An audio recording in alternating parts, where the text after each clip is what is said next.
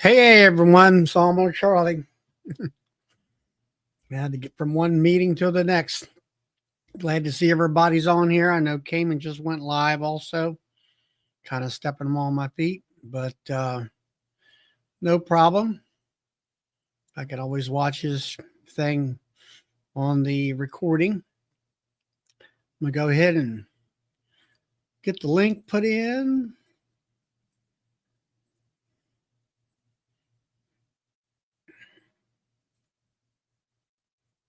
And it's pinned to the top. Hey, Sandy and Brian and Rodney. Hey, Mike, Keith. Hey, Hope. Hey, Matt. Let's see who else we got. We got Roy and everything. So we got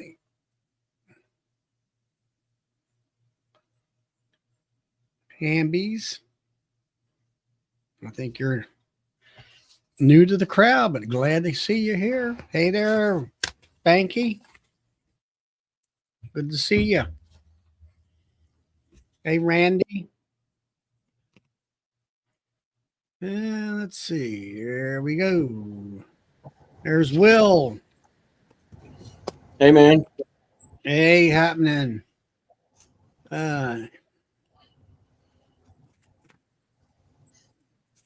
And all trying to get things set up here. Had a club board meeting I had to attend. A little bit of a hassle to that. What are we in the barn, Will? Oh, it's Amber. Okay, Amber. You got me confused there, girl. Oh, my. So, anyway.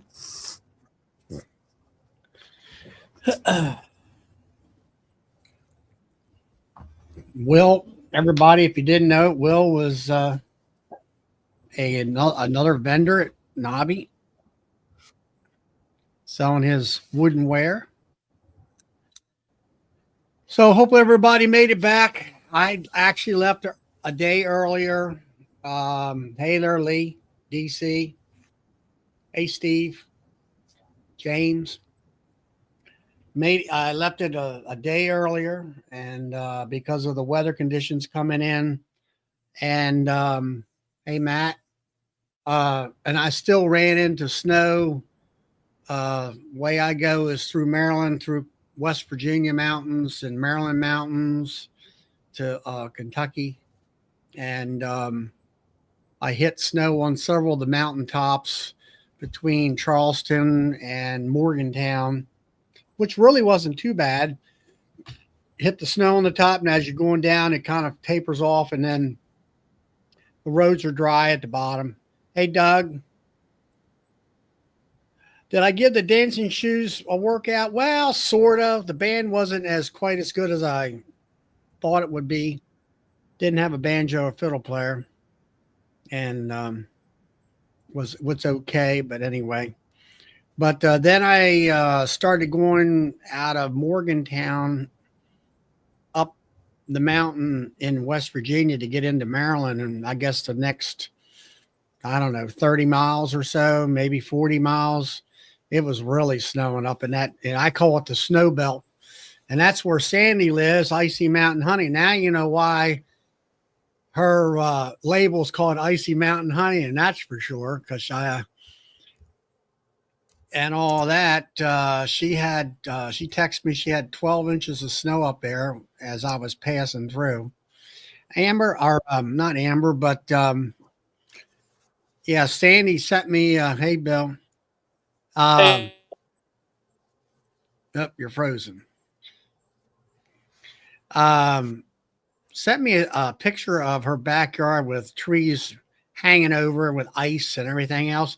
And there's Mr. Bob Walker. Hallelujah. I haven't seen you in months now.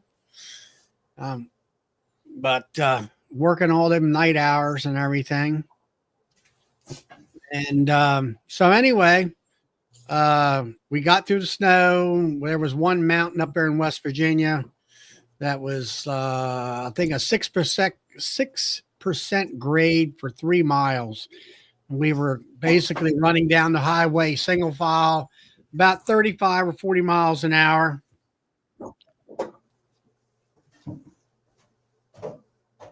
Ed, and from up in Maine, and over 2 feet now up there in the mountains. Sandy just said, and so we got through it without any problems, and I'm writing down some things here. Got through it. Once I hit the Frostburg exit area, the snow pretty much quit. And then by the time I got to Cumberland, Maryland, the sun was out, the roads were dry. And from that point on to home, everything was fine. And so Bob's down at Tampa, visiting his daughter down there. I'm sure it's nice and sunny and warm down that way. And so got home and everything was fine. It did finally snow Monday and all that. But in the meantime, I know Bill's trying to get on here. He left. He stayed. Of course, he's a vendor. It's 63 down there in Florida. Okay, Bob. If you want to, come on and hop on. I haven't seen you in I don't know how long. And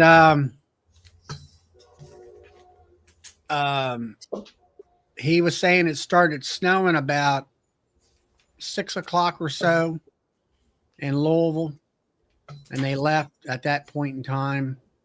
I do know that they had about, I think, 10 or 12 inches of snow and about a half inch worth of ice, which is, you can't do nothing when it comes to ice, that's for sure. And also, I seen on the Facebook where some of the folks from up at Better Be got stranded there.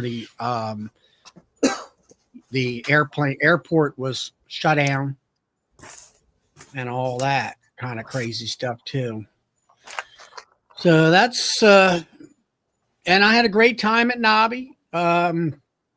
It was a wonderful. I know a lot of you folks, over 50 of you, were at the No Life Beekeepers dinner party that I co-hosted with Via Honeybees. Wonderful party. It was like old homecoming, where our a family homecoming, as far as all your relatives coming to see you. And that's kind of the way I felt about it, where finally I got to meet a lot of my folks here on the chat. And I met folks from the United States and Canada. And we're there. The Dirt Rooster, 20. The Dirt Rooster was there, 628 Dirt Rooster. Let's see. Who else was there? Mike from the Easy Ox Vapor stuff was there. Here comes Todd from California. And we had, let's see, Mike Berry was there. He stopped in for a while and and we had about, I think, 11 door prizes. And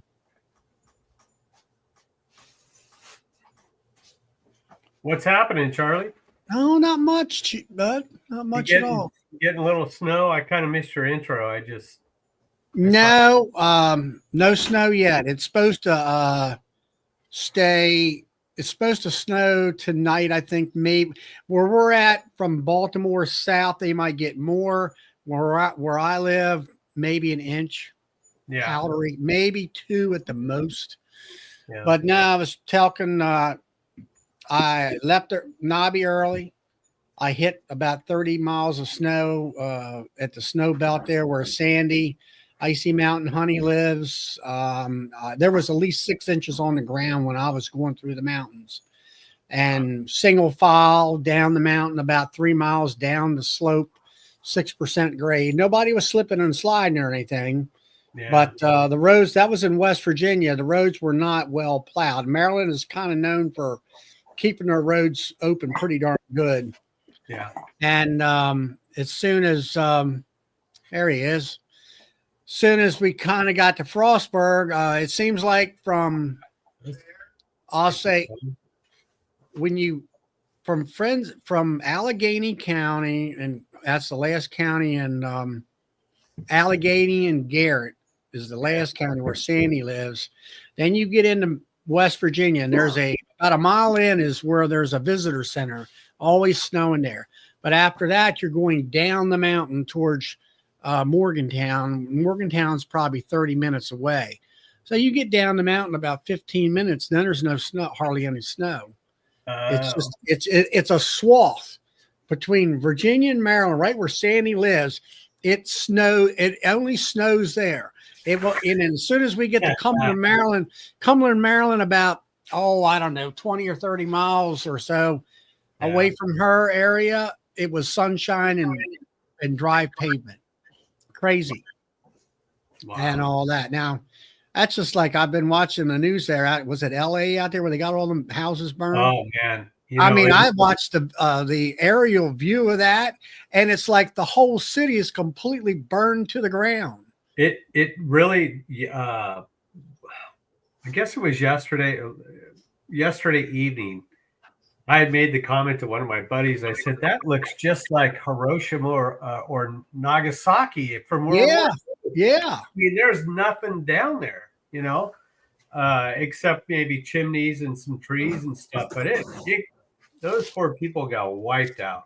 I mean, totally wiped out. And then they were showing on the news where the hydrants, I guess the water system completely ran out. Yeah. Or they burnt the pumps up, one of the two. No, the rumor is they shut down a lot of the water because they were trying to conserve water. So, yeah, this is like weeks ago. And so they didn't turn the pressure back on in the hydrants, and that's what you get. Colossal, man. They're talking colossal mismanagement. I was watching. Well, that was bad. They had that bar here a year or two ago, and their radio system was totally, fire service radio system was totally overloaded, and they couldn't get the communications out then. It got so bad yesterday or Wednesday evening that they would go by and just check fire hydrants before they unpacked everything to see if there's any pressure in it. If there wasn't, they'd move along to the next one or the next neighborhood. They just let that one burn. They had no choice, So, I mean, you could only do so much without water in a fire. I don't know. Do you know who Kevin O'Leary is? That Mr. Wonderful guy that's on Shark Tank. He's a big venture capitalist, and he buys small business ideas from people, or they go into business together, and he gets a commission, whatever. He called Governor Newsom the Justin Trudeau of California. He said that this morning. I laughed my butt off. I almost fell out of my chair when he said that. Oh, that was funny. But it's true. I mean, it is so bad here. This is, I think this might be the straw that breaks the camel's back. Where they get their head out of the weeds and say, this is real life. Yeah. This is how it has to be, whether you tree huggers like it or not. Yeah. And you know what? It's all about a 3-inch fish. So I don't want to get political on your show, but I'll tell you this real quick. Is that what it's all about? They have these, yeah. So they have these pumps, big, gigantic pumps. I think the fins, okay, imagine a turnstile door in a hotel. So That's what these pumps are, big, gigantic impellers that will move water from Northern California into the aqueduct system to go down to LA. Yeah, I've seen that on Discovery Channel where they got pipelines over the mountains and all that kind of stuff. Well, when it gets down into the center part of California, that's where they divert water, and they use these big pumps to move water. Well, the fins on those impellers are like 8 feet wide, or long, 8 feet long. They stretch out 8 feet from the center, and they move at about 3 miles an hour. A man who is 6 feet tall cannot die in there. You can swim. You can swim faster than the thing moves. Yeah, they're only moving real slow. They're moving slow. I mean, super slow, but they're pushing a lot of water because they're big fins. The story that we in this state have been fed for years and years and years is that those pumps are killing the fish, the 3-inch fish, and they're extinct. Well, guess what? They're not extinct. You know where they came from, Charlie? Mm-mm. You remember a thing called the Dust Bowl? Yeah. Okay. So when those people I wasn't back then, no. Not I didn't mean it that way. But those people, when they left Oklahoma and came out west here, they brought, all that they could bring. They also brought fish as a food supply. Guess where they got it? They got it from all the thousands of ponds that are in Oklahoma. They're freaking little minnows. But up here, they're called the Delta Smelt. And the Delta Smelt, there is no such thing except by name. And that's not the only place on earth they were born. They were transplanted, and they're the same fish that you can find in ponds in Oklahoma. Unreal. Well, just like you were talking about. Hey, Billy Lee. What was it? They were burning the residue from the farming, and that in turn made rain, which in turn had them frogs out there that you were talking about. The farm when the farmers would pull up their grape stakes, or their if they wanted to go from grapes to what other That's funny, Lee. If they wanted to change crops, or even if they just wanted to clean up their stuff, they'd have humongous piles, like taller than a 2-story house, piled up. Then they'd light them, and all that smoke would go up in the air. That winter, it rained like hell. Well, when they stopped the rain, when they stopped the burning, supposedly the rain just kind of stopped, and it stopped watering these frogs. And the University of California, Davis put out this study. It was like in 1998 or something. And now you can't find it because it goes directly against what they've been saying for all these years. It's Charlie, to be nice on your channel. Out here, it's really an excrement show, and I mean an S show. If I could say it, I would, but I mean I could, but I don't want to. But that's what it's out. That's what it's like out here. It's terrible. Yeah. Bill, are you there? Or are you froze? I think Bill's froze. He's having a terrible time tonight trying to get in. He hasn't blinked in a while. He didn't blink for a while. I'm going to remove him. Charlie, what are they calling for snow-wise tonight? Have you heard? Inch, maybe 2 at the most. Oh, okay, good. I ain't even worried about it. Yeah, I'm worried about it. Charlie got a telegram about the Dust Bowl. That's what Lee said. What are you? Oh, jeez. I'm sorry, guys. I don't know how I got on that little rant, but it was when Charlie was asking about the fires in LA, and then we started talking about the water pressure. Charlie got a telegram about the Dust Bowl.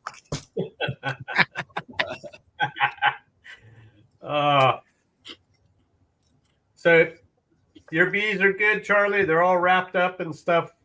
Yeah, we had that snow Monday. Yeah, we got about, I don't know, 3 or 4, 4 or 5 inches, maybe 6 at the most. Yeah. And I went out there and I looked, and and all the all the entrances were blocked off with snow, which I didn't clean them off. But then I walked out there, and here comes Bill again, hopefully. Yay, he's finally got here. Yeah, I'm in here. Let's see if I can get rid of you here. I don't know how I can get rid of you. But anyway, I got two of you down at the bottom for some reason. Anyway, I went out there on the tractor, I think the next day when it wasn't snowing, and check them. And I could just kind of walk down through there, and there was some of them big highs where right where that 4-inch hole is, it's no snow there. And how do I get rid of the guy? I go to three. Let's see, go to three dots, I guess. Ban from the studio, kick from the studio, kick from the studio, kick guest. Now we're add guest. Now we're good. Yeah. So right where the 4-inch entrance was, there were some dead bees there. I guess they kind of got cold or whatever, but the entrance was melted away from the heat from the hive. But then I went out there today, a couple days later, and then everybody's completely clean. No problem. Hey there, Ian. And so, I mean, it's the covers are on just like you see behind me. And the other thing I did was I had one hive. Some lady had given me to try out one of these wraps that go around your hives, that it's made out of that little thin bubble wrap. To me, it's more of a wind block than really an R value. Yeah. And I went ahead and put that on there, and that was about it. And everything else, they hadn't been flying, and I don't look for them to fly. This January, it's just like last year's January. We're not going to be doing any vapor. It's going to be like 40 degrees Monday, and then back into the 30s the rest of the week.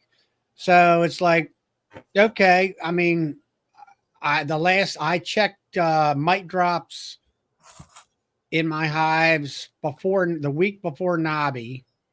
All on the chloroplast after the last treatment within, I don't know, a couple days. 0 mite drops on all the nukes.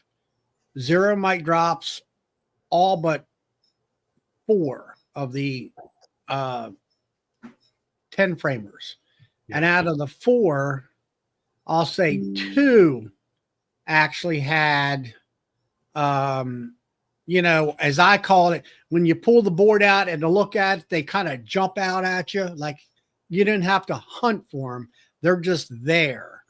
And there was 2 of them like that. And the other 2 was like, there was 10 or 20 mites on there. You kind of had to hunt for them. The rest of them, when you came to the 5 framers and 10 framers, all I seen was capping debris, and I couldn't find any mites.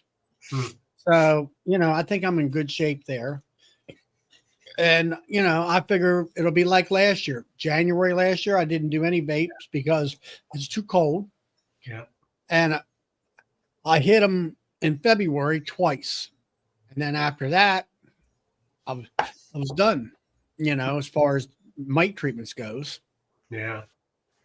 And all that. But, Man, Oh, go ahead. No, I was just saying I got down to Nobby, and a couple things for me. We left on a Tuesday, and last year we went up and around and visited in Dayton, Ohio. Yeah, Dayton, and came down. So it took 2 days to get there. This year we left at 6, got up to our first gas fill up, and I'm checking the mapping, and it's like I got 5 hours and I'll be in Louisville. I'm like, okay, we can make it in a day. And so I called the hotel up. I said, can we get an extra room or extra night? And then no problem. So that took care of that. And let's say 5:45 in the evening, I was in Louisville, checking in, which turned out to be great. And so the next day, it gave us all New Year's Day, I guess. Yeah, let's see. Yeah, New Year's Day, we spent the night. New Year's Day, we got up, and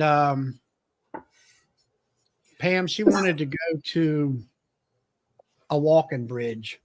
Here comes the chief. There he is. Evening. Hey, Good- plug good your phone in. Yeah. I'm on about 15% charge, so we'll just go with that. Oh, jeez. You're always coming in and out. You're getting really good at those. You're getting really good at those Irish goodbyes. Yeah. I saw Well- that one last week. That was hilarious. Yeah, that worked out really well. I was just itching to do that. Yeah. You guys had a good time down in Nobby? Yeah, I had a good time. A really good time. I was like, so anyway, to finish the story is the New Year's Day we went to this walking bridge. Was an old it was an old railroad train bridge across the Ohio River, and you could walk from Kentucky to Indiana and back. We did that, went down, and then our hotel was about 5 minutes from the Churchill Downs racetrack. So we went over there and then went through the museum, and then also they take you on a tour of the racetrack, where you see all the people in the grandstand area next to the dirt track and all that. Mhm. And so we did all that, and then that evening at 6:00, it was my pizza party dinner with where I co-hosted with Via Honeybees, and so we had a really good time. Now the venue was not what we thought was going to be, where the room and the restaurant were kind of like, put together in one. The room was actually in behind the building, which was a small room, and we had 50 tickets given out, and for counting purposes, and I guess there was at least 60 people there, and it was a little tight. But we had fun. It was like Tom said, we're all a bunch of bees and we're used to crawling over top of each other in the hive. And it was slightly warm in the hive that night. But other than that, the food was good. It took a little time for everybody to get fed. And, everybody ordered what they wanted and stuff like that. And, we had, I think, 11 door prizes. And for everybody to get. Actually, I won the best one, which was a brand new Day Dance smoker. So that was pretty cool. And I got to meet, and I forget what their names is. And one of the folks, they're from Ontario. Ontario, right? Yes, Ontario. I don't know what it was, Tracy Anderson or not, but him and his wife were there and representing Canada, and then everybody else was from all over the United States and it was really nice. It was like a family reunion where you had all your brothers and sisters coming in from all over the United States and Canada, and we got to meet each other under, hey Brad, see, we're having a family reunion tonight. And but what was really nice is that we didn't have to kind of bump into each other at the conference, where we were all right here and we all know each other and we had our name tags on. We gave out our door prizes with one of them computer spin wheel things, and food was decent, and we had 3 hours and then we also gave all of us, I had 60 bears, 8-ounce bears to give out to anybody. Everybody got a bear from me. We had little table favors. It looked like a little Chinese, takeout box. And inside there was a keychain with a bee on it and some candies and stuff like that. And we had, let's see what else. I gave out honey. Other people brought and gave out honey to everybody, exchanging and everything, and that kind of stuff. And we just really had a great time. And here comes Big Mike in. He was there. He brought in feeder shim box he had made. I'm not sure. Are you there, Mike? Can you hear me? Yep. Hey, Mike. Good evening, everyone. So anyway, we had a great time that night, and we are already, I think, with Bill's wife's help and Melissa, we're going to try to find another venue for next year, at least hold 150 people. And I'm not sure where we're going to find it, but we'll do something. I think it's going to be an event that is going to grow, and hopefully, I think it's one of the look forward to type events as far as I'm concerned. And then the next day was Nobby, the half day. For myself, I had cases of frames to pick up and foundation to pick up for a friend of mine here in Maryland. So I coordinated with Bill there and got all that done early on in the morning out back the loading dock area. And that happened. I was there several hours before the doors opened up, but that gave me a spot closer to the door. Got to see, Mr. Ed and Wreck-It Ralph was there right at the front door. So got to actually meet him more one-on-one and also with Wreck-It Ralph. And then what was really, it was, in general, the conference was really organized much better this year. I'm sure the venue kind of knew what Cayman wanted, and Cayman kind of knew what the venue wanted as far as being able to work together. They let the folks who were going to do the honey competition and wax and all that kind of stuff, that event where they were in there at least an hour and a half ahead of the normal doors opening, that played a big part in going smoother about, getting that kind of stuff put into the judging area. And then 12:30 the doors opened up, and 250 vendors, and they had 3 or 4 classrooms running all at the same time. And I would say at least the one I was in there with Randy Oliver, there was at least 200 or more people in that classroom.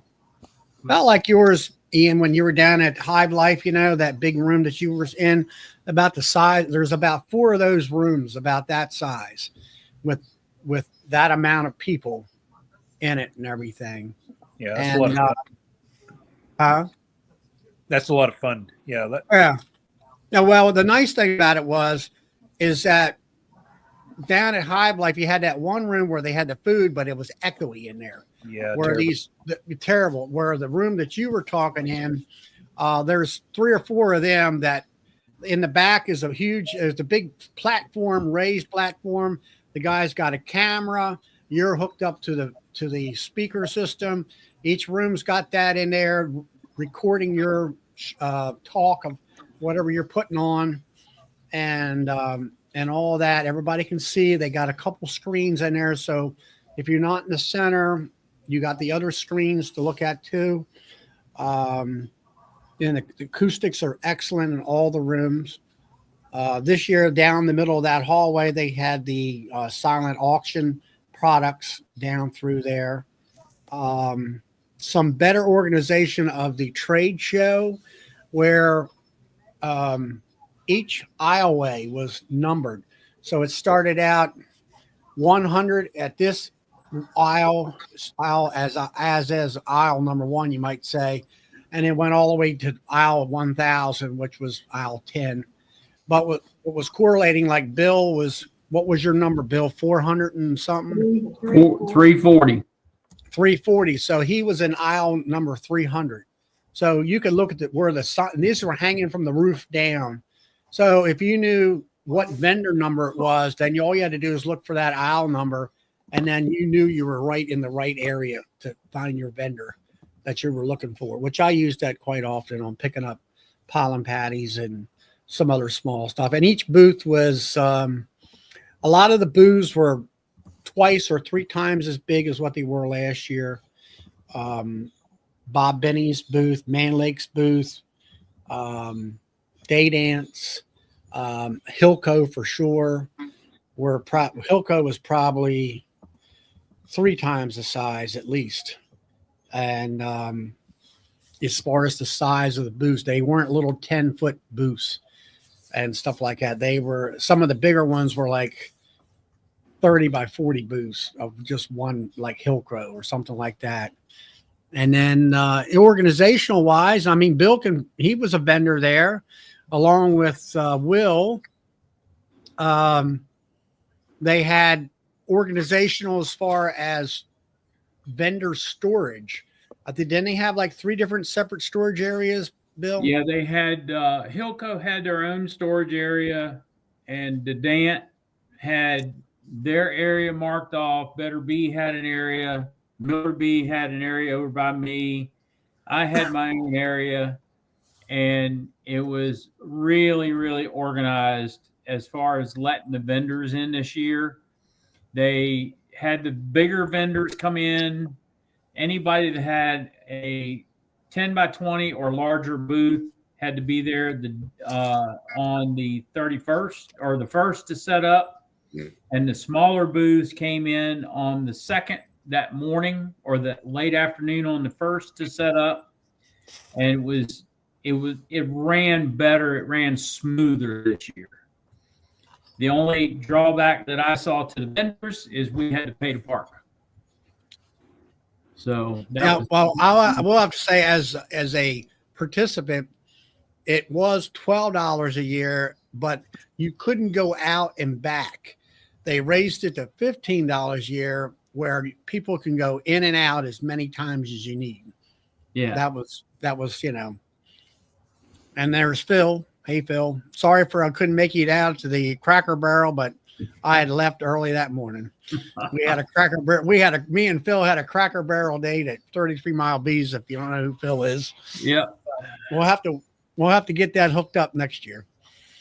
But yes, it was. I'll have to say it's the 2nd year, and everything was tweaked better, more organized, and that kind of thing.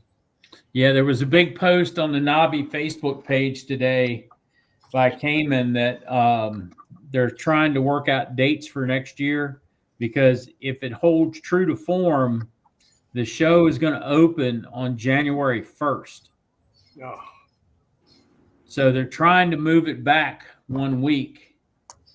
So, and they're still negotiating all these dates. So that's going to help if they can get it moved. If they don't, I mean, it's not going to be any worse than it was this year. Be trying to get stuff shipped down there for the vendors, because I left home on the 31st. So I did. Well, actually, me and Bill, I called him, and he were right on the same area of the highway. Yep. I was at a fuel stop, and Charlie drove past me as he was calling me. Where are you at? Now, setting supper up. We had a good time down there this year with interacting with other vendors and everything else. And Mike was right behind me. Will was right behind me. His booth was butted back up to me. And, I think all the vendors, got along really good this year. I think everybody did well financially. You can talk about that. Will, as far as financials, you did well. I know Will's a brand new vendor there. It takes a while, I guess, to kind of get your product out there. Yeah. Yep. No, it was a good time. It was a good show. Lucked into it and got my frames from Bill there when I was offloading for the vendor stand we were setting up. That worked out perfect, and sold out on a bunch of stuff that I didn't think I'd sell out on, and some of the stuff I thought I'd sell, I didn't. So I guess that's it's all it's all just the learning curve. Yep. We took 22 pallets down there and brought back 1 pallet of equipment that we didn't sell, 1 pallet of booth equipment, a stack of empty pallets, and another pallet for somebody else. So we had a good show. And I think that, let's see, I believe, what was it, Bill? 50 tractor and trailer loads of equipment was brought in. Probably. Yeah, it was somewhere around that neighborhood because Hilco had 10 of them. Well, I thought he said 7. Maybe it was 10 then. Well, he advertised 10 on Facebook. Okay. Yeah. And I think it was something like 47 tractor and trailer loads of equipment.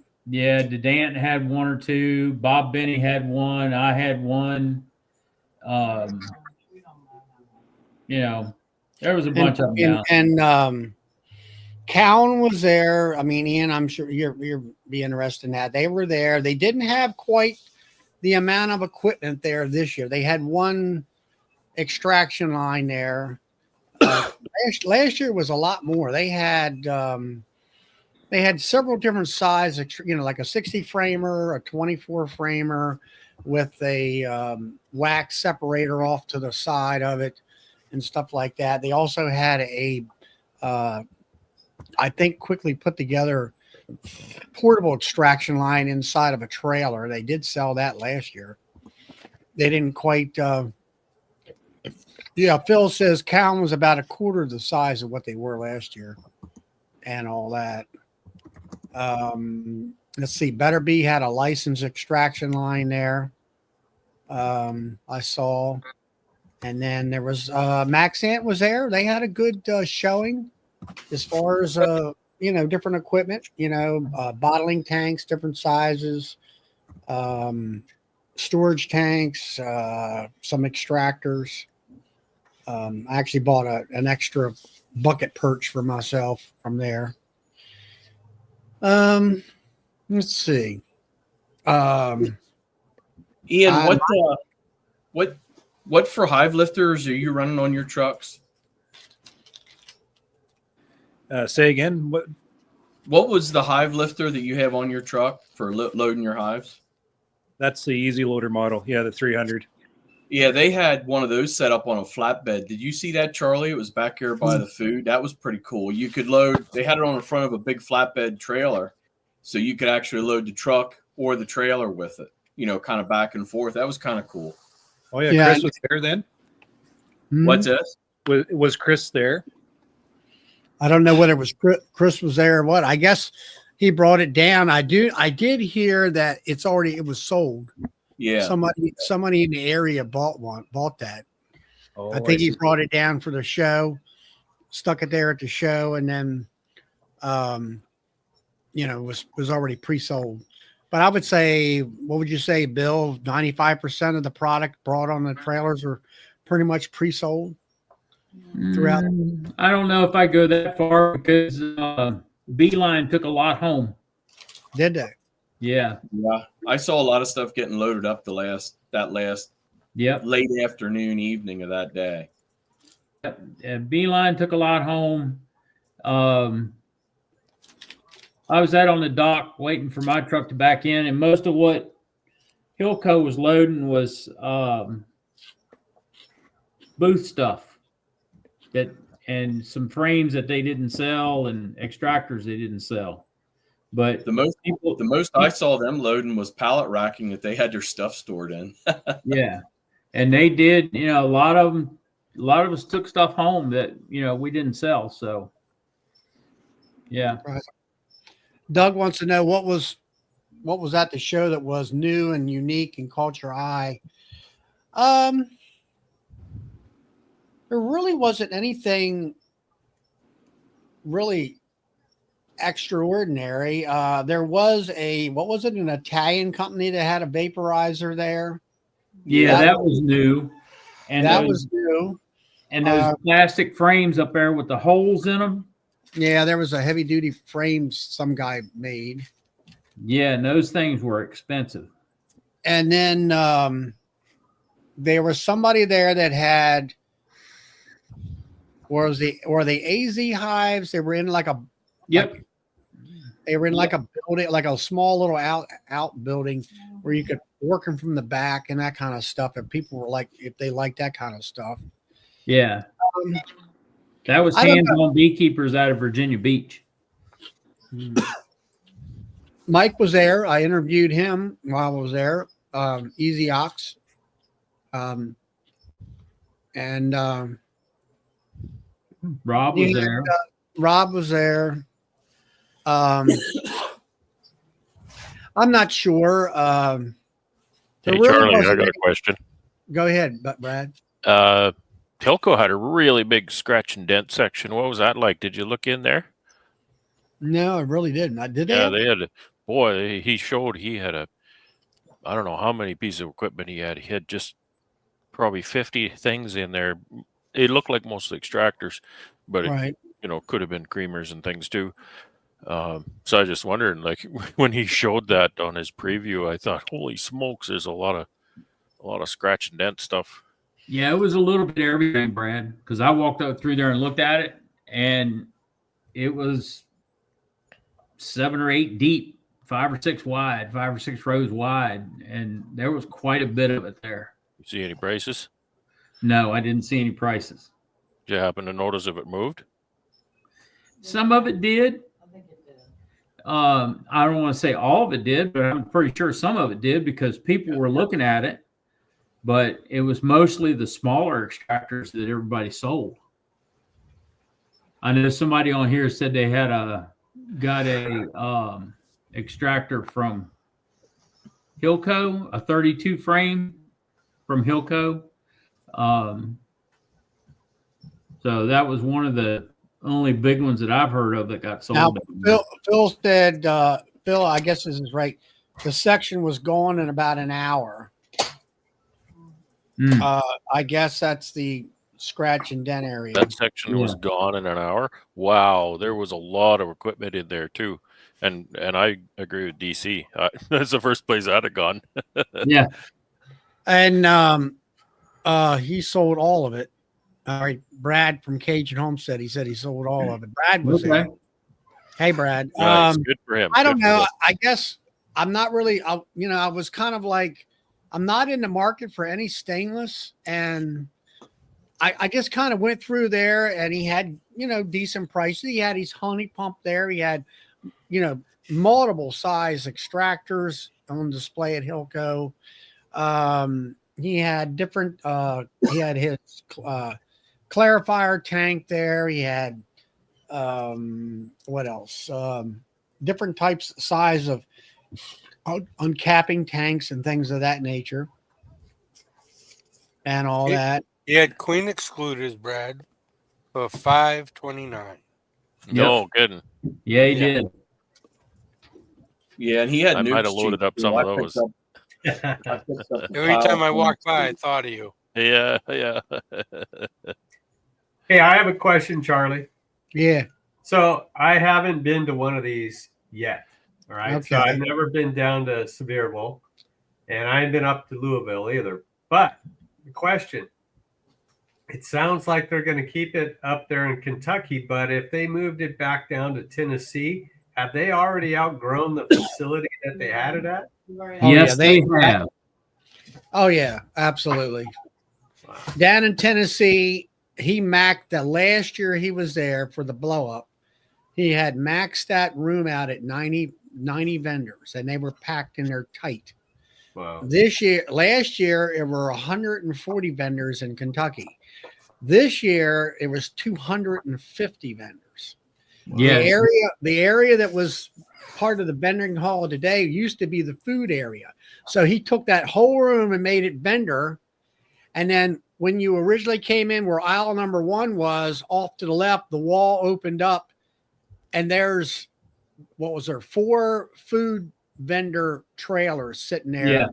Food was a little bit more. I didn't look at. I mean, I think last year they had a hot dog stand and something else, and I'm like, what is this garbage? This year Still garbage. Yeah, it's still garbage, but they had pizza, hot dogs, hamburgers, fish, chicken. Huh? They had hot dogs, pizza, hamburgers, chicken, and fish.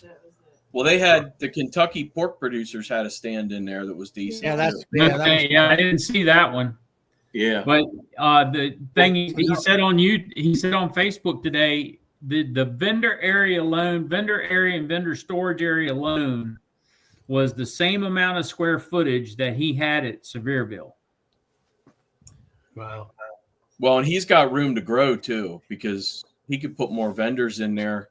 And then there was a whole Bill, when you drove out after you dropped stuff off, there was that whole area he could use down there for vendor storage if he wanted to. There was a whole nother area the same size what we had for vendor storage and vendors on the other side of that wall. Yep. You know, I wish I could call him up right now and chit chat with him because, you know, you take a look at that map where everybody puts a push pin of where they live, and of course, you're in Louisville or you're in Kentucky, so you got up and down the whole entire East Coast going west to Missouri and stuff, or at least the Mississippi River. And then you look farther west where I'm at, and it's a spotty thing here and there. But I would highly suggest, and I know he'd laugh his butt off if he's listening to this right now, but somebody really would really make people's heads spin if he did it twice a year and he held that thing out in Las Vegas. Now, imagine that. There's thousands and thousands of beekeepers on this side of the country. They don't get back there. So he could see just as many push pins on the West Coast side if he'd held something out here a lot closer where people could easily get to. And there's plenty of space in Vegas for like what CES is there right now. Yeah. But something like that would just blow doors off of it. Yeah, People Vegas would be great. I'd fly to Vegas. Vegas flights are cheap. Right? Yeah, there were quite a few Canadian beekeepers there this year too. Don't forget though, interesting statistic I learned about your country: 80% of Americans live east of Kansas City. Yeah. Yeah. There's a lot. So once you cross that line, Oklahoma and whatnot, let me ask you this, 20% of people, and that includes California. Doesn't California have a really big beekeeping convention or something out there too? Well, they have the state convention, but I mean, those are more, like a regular convention. If you go to, Maryland's convention, there's a lot of speakers. They have vendors there, but I think Cayman's show is more towards he's packing it in because of the vendors. He's not packing it in because of the speakers, although they go to see the speakers too. I think his main thing is you get the vendors in there, the people come. I have to agree with you there because when I watched Randy Oliver's thing, it was called OA, OA about OA, and actually I think he had like 3 different sessions, and it was like 3 parts about OA because the next day was going to be about vapor, and he was just talking about charts and stuff like that. And I'm like, I think I've seen all this on YouTube someplace, channel or what. Exactly. And that is kind of the downside of it. There were some science folks there that I didn't see, but there's a lot of gadget people in beekeeping. And so, everybody's got gadgets, but there's always someone selling boxes, selling extractors, selling this, selling that.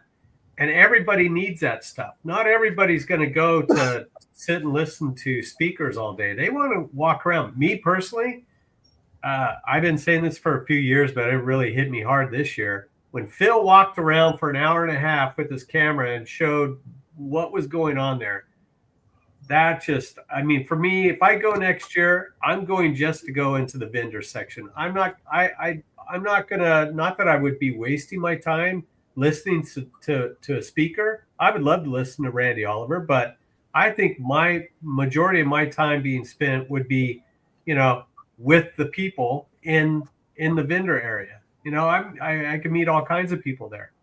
Yeah, there were people there that spent 3 days just walking around the vendor area. And I would do. I'll be one of them. I spent a day and a half in the vendor area. I spent a day and a half in the vendor area, and I didn't hardly do any videos. I wanted to go to every table and study what they had for sale. So, when I go back to saying, if I suggested to Cayman to do it 2 times in a year, he'd probably, pass out because it does take a ton of work. Oh yeah. But if he can compact everything he's learned so far and move a second show to the east or to the west side of the country, he would do just as good out here. Because again, the push pins would multiply exponentially on the West Coast or, in the Western U.S. Beekeepers are everywhere. So just like they are on the East Coast, they're out here on the West Coast. Maybe not as many, but there's tons. There'd be more than enough to make up for, to make a second showing. Not to mention, like what Brad said, if it was in Vegas, if you're in Vegas, people would just want to go to Vegas anyway. So, There were quite a few bigger beekeepers. Blake Shook was there, but he's got 30,000. But I heard a couple other guys that had 3,000 and 5,000. They were talking to the vendors, and actually, who's the guy that does the Appy tablets? Matt. Yeah, I met him, and he was talking about some supplement he had. And they were coming back, and they were running 3,000 hives. Talk to him. Mehmet, just off topic or off the subject, Mehmet and his wife are in Reno right now at ABF, and I talked to them just the other day, Wednesday night, and his business is growing. He was talking to. He made some humongous orders. He's now instantly, his warehouse is empty and he's behind. In one day, he sold a ton. I'm not going to say the number, but it was a high, very high 5-digit number, very close to a 6-digit number he got in orders of tablets, not of cases. So, and that was at Nobby. No, at ABF, where there's guys there that got 25, 50,000 hives, Mm-hmm. The big commercial guys. He wasn't selling cases here and there. He was selling pallets. So, and that kind of coincides with that talk that the guy from the University of Oregon Extension said. I posted on No Life Beekeepers that the commercial guys they're finding out that they're going to get hit hard this year with mites because they ran late for honey, and a lot of them didn't have time to get mite treatments on, the proper time length. So, that's another thing that I heard. So, but yeah, he's killing it out there in Reno. So, but yeah, there's lots of people on this side of the country that would love to go to it too. Mm-hmm. Yeah, you know what? Vegas is set up that way because they hold those big conventions. They could park semis underneath the convention floor, probably. I don't know how it's set up, but that's how they're set up for big shows. So it'd be nothing for them to get it going. I'm actually hoping for North Dakota myself. Yeah. You could drive to it then, Brad. I could definitely drive to it. I could you almost walk to it. You could walk across the frozen moat into North Dakota. Yeah. Right. Yeah. How long a drive would it be for you, Brad, now? I forget what was it, about 19 hours or something? Well, that ain't too bad. Well, for an old guy, it is. Yeah. I can't do it like I used to. I was a young fella. I could do that kind of stuff easy, but it's a little bit harder now. Wow. I got a Winnipeg and back in a day, and I'm exhausted.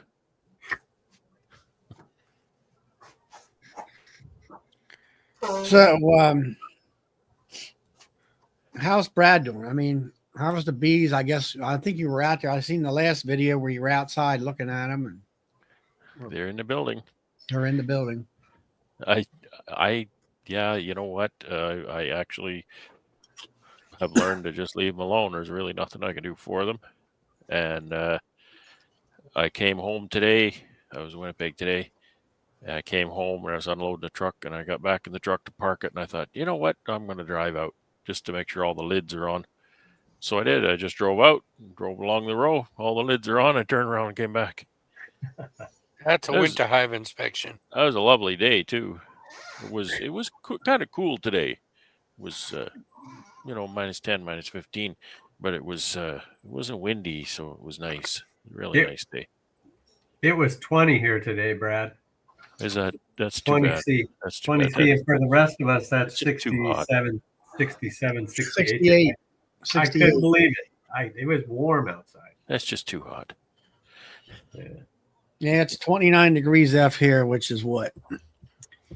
20 Cold. Cold. -2, Yeah. -3, somewhere around there. yeah, -1, -2. So just trying to get the wood shop cleaned up and get to work in there, and take care of my customers, deliveries and stuff. That's what I was doing today. Went to the packer, did some deliveries. Just the same old. Yeah. How much honey you got left the bottle, Brad? Oh, I don't know. How much do I have? I have to count how many times I've gone to the packer.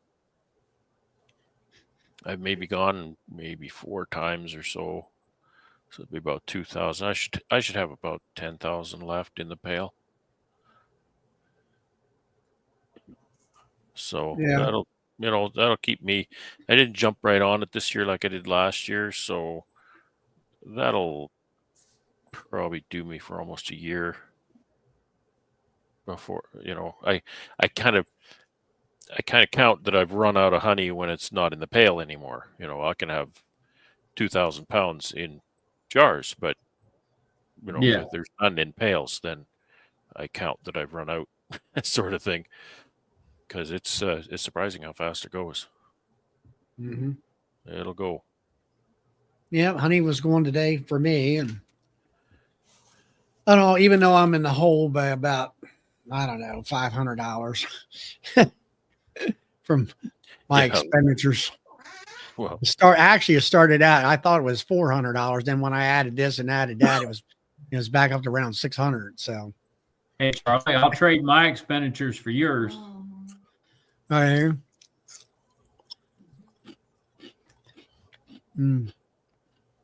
But I don't know. Like Brad says, I got so many buckets of honey, and then of course I got my bottling tank full. But just you got to have to remember, there's 300 and some pounds in the bottling tank, along with what over here. But I pretty much I might be running out pretty soon. But honey sales are good. yeah, I can. Same thing. I can say, well, how much do I have in the pail? But then I go and look at the inventory, and there's 2,500 pounds there or something. And like you say, also you got to remember you got bottles filled up there, sitting there too. Yeah. In your inventory. Yeah, that's what I'm saying. As in you got cases sitting there I'll look at the bulk stock, and it'll be, well, there's only 1,000 pounds left there. Maybe come next fall, and there's only 1,000 pounds, and then you look at the inventory, and it's another 2,500 pounds there. So it's kind of deceiving a little bit. But yeah, I should be good until maybe December next year. I'll likely have an overlap. I haven't had an overlap for a long time. Well, that's good. So I'll probably having an overlap is always good. Well, sort of, kind of. You got to sell it. So it's actually worked out perfectly for quite some time now, because I've almost worked hand to mouth. There's been a few years where I'll pull a few boxes early because I'm running out. And you don't really like that situation. But at the end of the day, that means it's all selling. So, if I can get 3 months of overlap, I'm totally okay with that. It just kind of keeps the stress down a bit.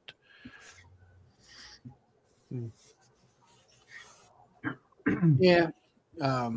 I don't know. I mean, as far as checking the hives, no, I haven't been able to do anything like that. And as far as the weather goes here, it's going to be, 32 degrees or so.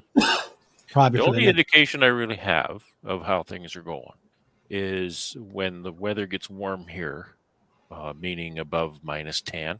So Yeah. it actually got up to, it was 1 yesterday.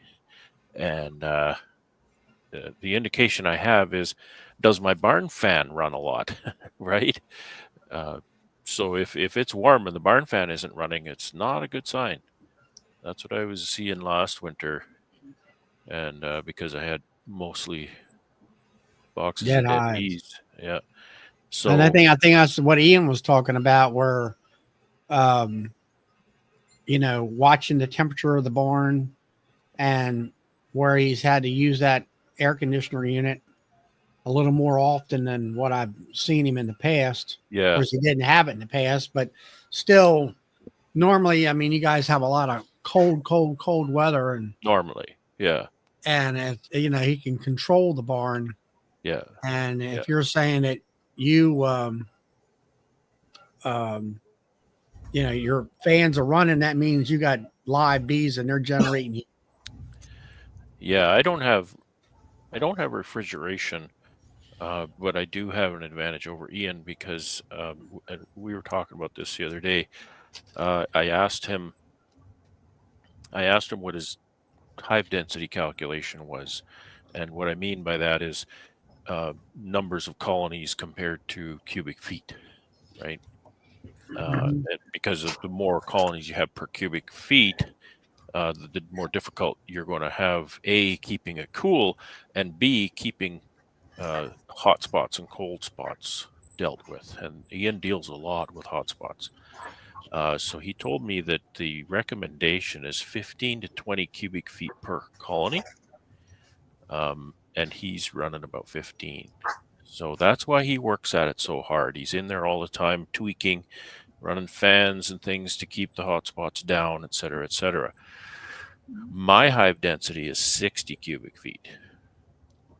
So I don't deal with hot spots as much, and I don't, when the weather gets warmer, I don't have refrigeration, but it's not as critical. I can keep that building more constant. And your cubic feet is what, 6 or 60? 60. Yeah. So you got more cubic yeah. feet per hive. With you wintering outside, that must even relieve your stress a little more. Well, it does remove colonies from the building in that regard. Yeah. So yeah, because last year it would have been. I'm less. Ian is 4 times as dense as I am. Yeah. That doesn't sound right. Ian's really dense. Like, I'm dense, but he's really dense. So he has 4 times as many colonies per cubic foot as I have. So he struggles a lot more with that. I mean, he makes good use of the space, but that's just the reality of it. I'd love to have refrigeration, but it's not as critical for me. Right. In the spring, it will get warm.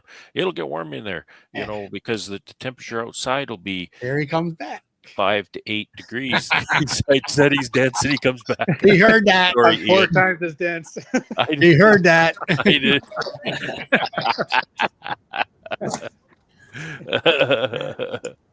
Yeah, with temperatures of spring get 5, 8, maybe even 10 degrees on a day when it's still too cold to take them outside, then it becomes an issue for me that bees start to get a bit jumpy and running around on the fronts of the hives and stuff like that is not really good. I think it's a little bit stressful for them, stressful for me. So that's the days I wish I had refrigeration, but boy, for those 2 days a year or 4 days a year, that's a lot of dough for that. Well, I hate to do it, guys, but I have to get going. I gotta cook. My back is killing me. Yeah, so I gotta. Sorry to hear that. Yeah, I'll get over it eventually. One other thing though, that Ian, I I was watching that one video when you were outside. Did you happen to see that pipe that was hanging? He did an Ian. Touche.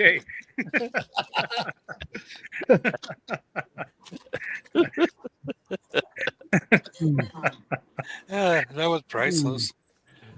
Yeah. All I can say is the last video, those calves they were gorgeous looking little white guys. Yeah, pretty cute, eh? Yeah, they were cute. I really liked. They were good. Yeah, they were what, Charlet? Those are Charlie, purebred Charlie. Yeah. Yeah, Yeah, he has about 75 of them right now. of those calves. Yeah. Yeah. No. But so anyway, how is the motor coming along? Is it finally going to get the crankshaft bearing in there? Yeah, I found the bearing, so it's on its way. It'll be here Monday. I was hoping it'd be here today. Well, so did you lose it, or did he didn't forget to put it in the packaging? No, he had it there, and just the busyness of the shop, and they're old bearings, and they come in old boxes. And I think because I had kids coming through there, showing them the engine, I have a feeling one of the kids took the box and put it aside, and I bet you somebody threw it out because it looked like garbage. So I don't know where it went. I cleaned the shop. I cleaned the floor. Like as I was looking, I cleaned the shop, so corner to corner. Couldn't find the damn thing. So finally, I didn't want to go back to my engine guy to say, "Hey, I lost a bearing." Just to save face, I went to my repair mechanic where I order parts from, and he hunted. He found one for me, so it's coming on Monday. So I should have that thing going before I go to Wisconsin. So I'm hoping, anyways. I should have that combine fired up. Can't wait. Yeah. What kind of combine you got? That's an old 1949 Massey Harris 21 model. Oh, wow. Yeah, my grandfather bought it. So my great grandfather was on that. My grandfather, my mother, myself, and my kids. So 5 generations on that combine. It's been around for a while. Wow. Yeah, it's got a 19. Well, I switched the motor out because the one Grandpa and I fixed up, it's completely worn out. You mean the bores they're cracked, and so I just tossed that, and I found an old 1951 218 Fargo. So I had that block cleaned up and ground down, and the valves ground, and the cam worked on a little bit because it's still worn out, and the crankshaft was kind of damaged. So we fixed that up. So we put a little bit of money into it, and it's this close to going. We're just about to get going. Yeah, it's a good project for the kids. I mean, they've never been into a motor like that before, and working on an engine basic, it's nice. You can teach them how the mechanics work of the engine, and Yep. Here's the piston and the crank and the cam and the valves and the compression stroke and the exhaust, all the basic, and then the timing of the engine too, the ignition and everything. So it's been really good for them. They keep wanting to come back with me to fix it up, so that's a good sign. Nice. Good. Yeah, it is. Yeah. Yeah, I love that because those basics haven't changed in 125 years. No, it's Right. basically the same. Yeah. You see the basics of how that engine works internally, and then you're driving your modern car down the road, you can visualize that. It's exactly what's going on under the hood with a whole whack of new fangled complexity. Yeah. Yeah, when I tell my kids I need a 9/16 wrench, go get it, and they at the beginning they're like, "What are you talking about?" Like I was talking gibberish, right? Really? No idea. What's a They didn't know what to 9/16, Dad? Really? That old engine, there's no metric on that old engine. So I took them to the toolbox and I said, "Here's a 3/8, 7/16 half inch, 7/16 half inch, 5/8, and all the way down the line." And they're like, "Okay." So then they started using them, and that's my brother's shop that we have it on his farm. So they take the tools and they take it back, and they don't put it back organized, right? They just kind of throw it in the toolkit. And Adam's like, "Here, I'm going to teach you something." So then That's a really good way to learn your fractions. Yeah, the fractions.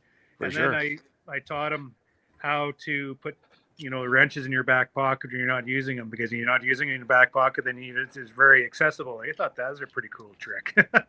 So all those little things that a guy learns in the shop, they're starting to acquire that by working on that engine. So it's been time well worth it. Well, that's good. So, so Will, what are you working on? Where are you at anyway? In the basement? Yeah, I'm down in the basement. I was starting to look at some of that Rossman stuff I brought back. Those cheap nuke boxes and a bunch of those 10 frame deeps and mediums, just starting to fiddle around with them a little bit. What you bought? Still trying to get them loaded out of my garage so I have room to get the snowblower out down to the basement. You know what I mean? I see. So, Big Mike, how much snow you got? Nothing. We Nothing? got bare ground. Really? Cold, but bare. Windy.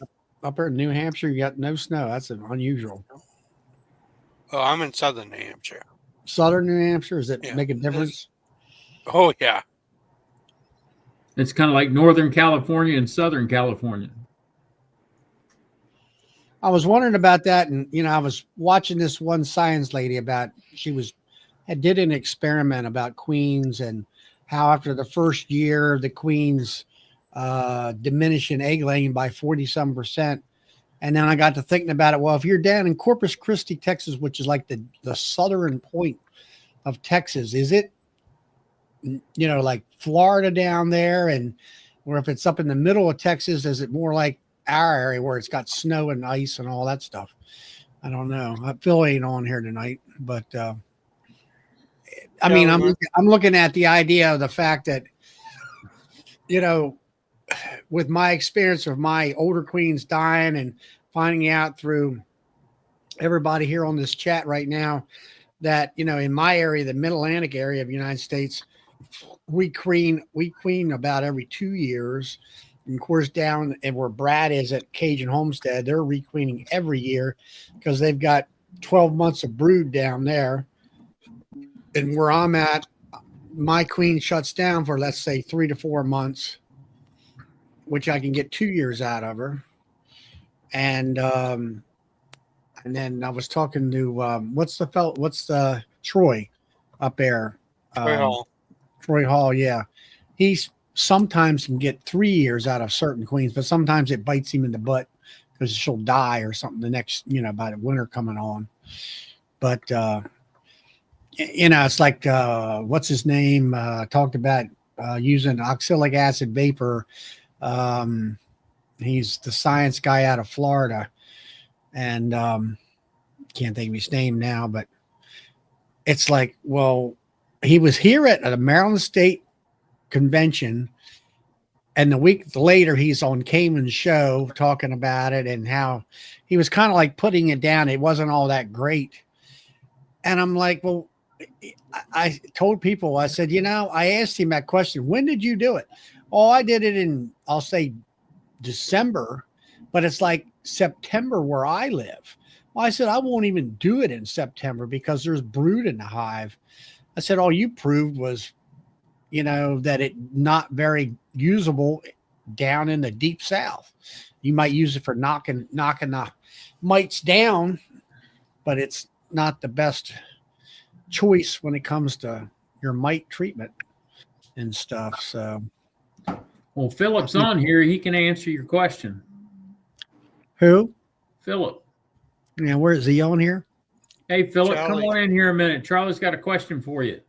Charlie, the difference between where I'm at in Northern Yeah. is 4 to 5 weeks. I could actually pollinate apples down here and then bring them back up there Really? and pollinate apples again. Oh, there's Philip. I see him on the list there. Yeah. Yeah. Here comes somebody. Here he comes. Not connected yet. There he is. Hey, Hey. hey, So, Charlie. Philip, did you hear my question? No, I didn't. I didn't All hear. right. In Texas is so big. where if you're in Corpus Christi, which is in the southern end of Texas, Mhm. next to the Gulf, is the weather there more like Florida versus, let's say, in the Panhandle of Texas, Are you or saying or maybe like where you live at? You had snow, I think, was it last year for the first time? we had snow the last couple of days? It probably would have been over 6 inches of snow, but it's just been too warm. It's been melting as it hits. But we had about 3 or 4 inches on the ground the last couple of days. But yeah, it's got a lot of different climates for sure. It's down in the southern tip of it. It's kind of a almost a Mediterranean Right. type, tropical, subtropical, Down kind of like in, down in the south. kind of like South Louisiana, and maybe even a little warmer than that when you get down to. Yeah, I guess what I'm getting at is like if you lived in Corpus Christi, where it's like Louisiana, you're going to requeen every year. And where you're living at, you're in, what is it, Houston? No, I'm in Dallas, which is In Dallas, North Central. Yeah, North Central. You're going to queen what, maybe every 2 years? yeah, pretty much. I mean, queens just don't last that long anymore for some reason. Mm-hmm. So, But I mean, until hopefully this year, I've got a plan to requeen almost everything, but I've pretty much let them requeen themselves, which they will do. I think if you don't control swarming like I haven't very well, they're going to requeen themselves anyway. Right. I'm hoping to control swarming and requeen for them so I can keep those bees. At least that's the plan. mm-hmm. Did we get a new bottling tank there in the background? Oh, yeah. I hadn't hooked it up yet. Got this 7-gallon heated tank from Hilco on the pre-order for Nobby. Check it out there. There we go. Yeah, it doesn't even have I didn't even put the valve on it yet or fill it with water. And that's a bottling tank, not a wax tank, right? Yeah, it's the bottling tank. Okay, That's cool. a water jacket, isn't it, Phil? Yeah, it is. They had it marked down $100 from their normal price.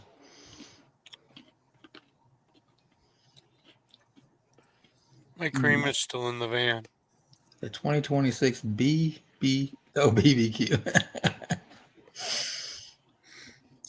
Let's have it, Brian. When you guys want to come, we're gonna have a get together at the farm. Everybody comes to Texas. I mentioned that like a year or more ago and just never did anything about it. Maybe I'll do it. Maybe I'll do a get together in Texas about middle to end of March, and everybody can help me do splits. Sure. Now, Mike says from Easy Ox that humidity makes a big difference is that in queen rearing or how long they last, I guess? Yeah. It's longevity. As far as their laying a capability spill? Yeah. Okay.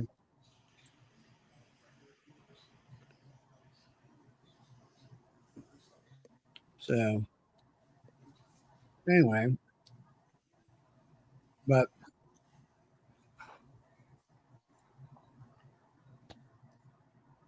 and there's Ricky on there.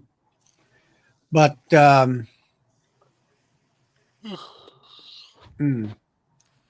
nothing really happening here except for a little bit of snow. Haven't been into the bees at all for weeks. Well, for weeks, yeah, for sure. I did get I was watching Brian C down there in I guess it's Memphis, I guess it is. He had those poly or clear inner covers. I did buy 3 of those, and I thought I'd try some of them on my 10 framers to get so I could have the visual of the bees. There's Brian. The only thing is, I think I could have bought all that down at Nobby instead of saving myself I don't know, $15 or so for shipping, because the guy was there and he was busy and I didn't want to wait around. And Brian, he did not put those upper vent notches in, but he did send them here and they still have the darn hole in the middle. So I have to cover them up in the wintertime if I'm going to use them to, for the condensing hive and stuff like that and all that. So I got that. I got to get myself a new phone. Phone just about shot. And I bought that infrared camera that Phil the Bee Man demonstrated on a couple of videos ago, where he compared the flare versus this new one the other guy had on his phone, which is also Android compatible instead of iPhone. And the price was right. It was holiday pricing at $189. So I'm dying to try that out. Maybe tomorrow afternoon I can maybe go to the phone store and try to find something and all that. And then what else did I get? Because that's the only newest toys, I guess you might say, that I've got. It was interesting about the infrared and see how the being able to look for the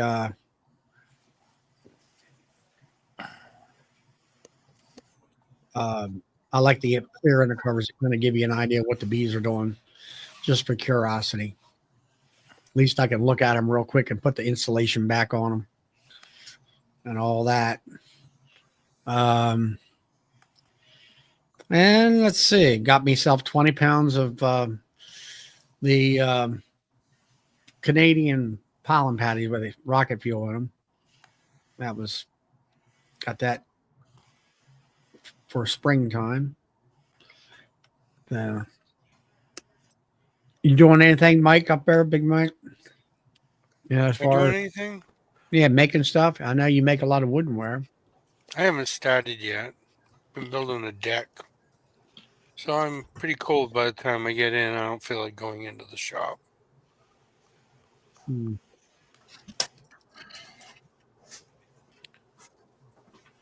You don't really need to build much.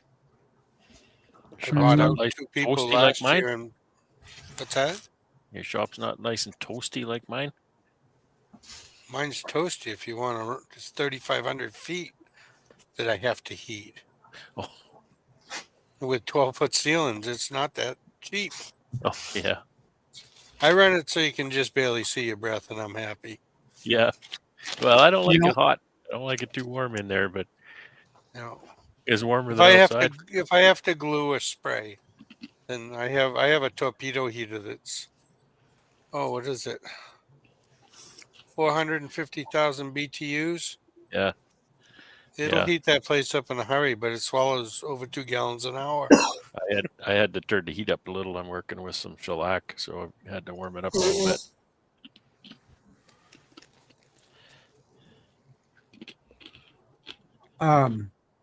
You have it insulated, Mike?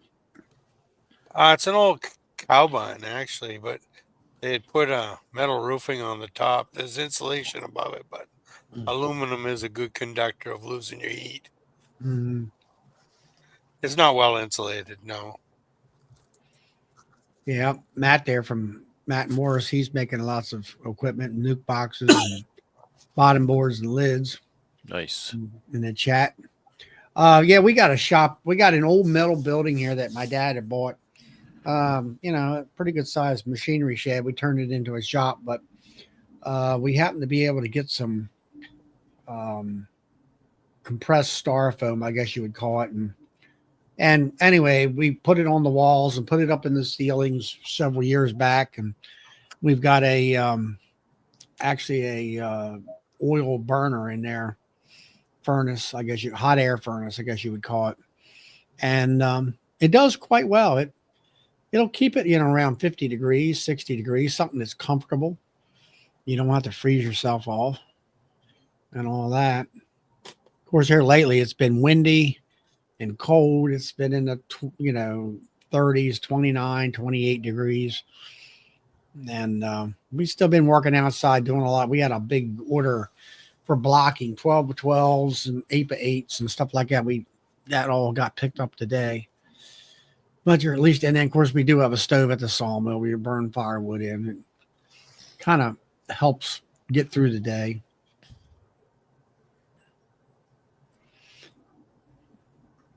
And all that. Let's see, I'm reading the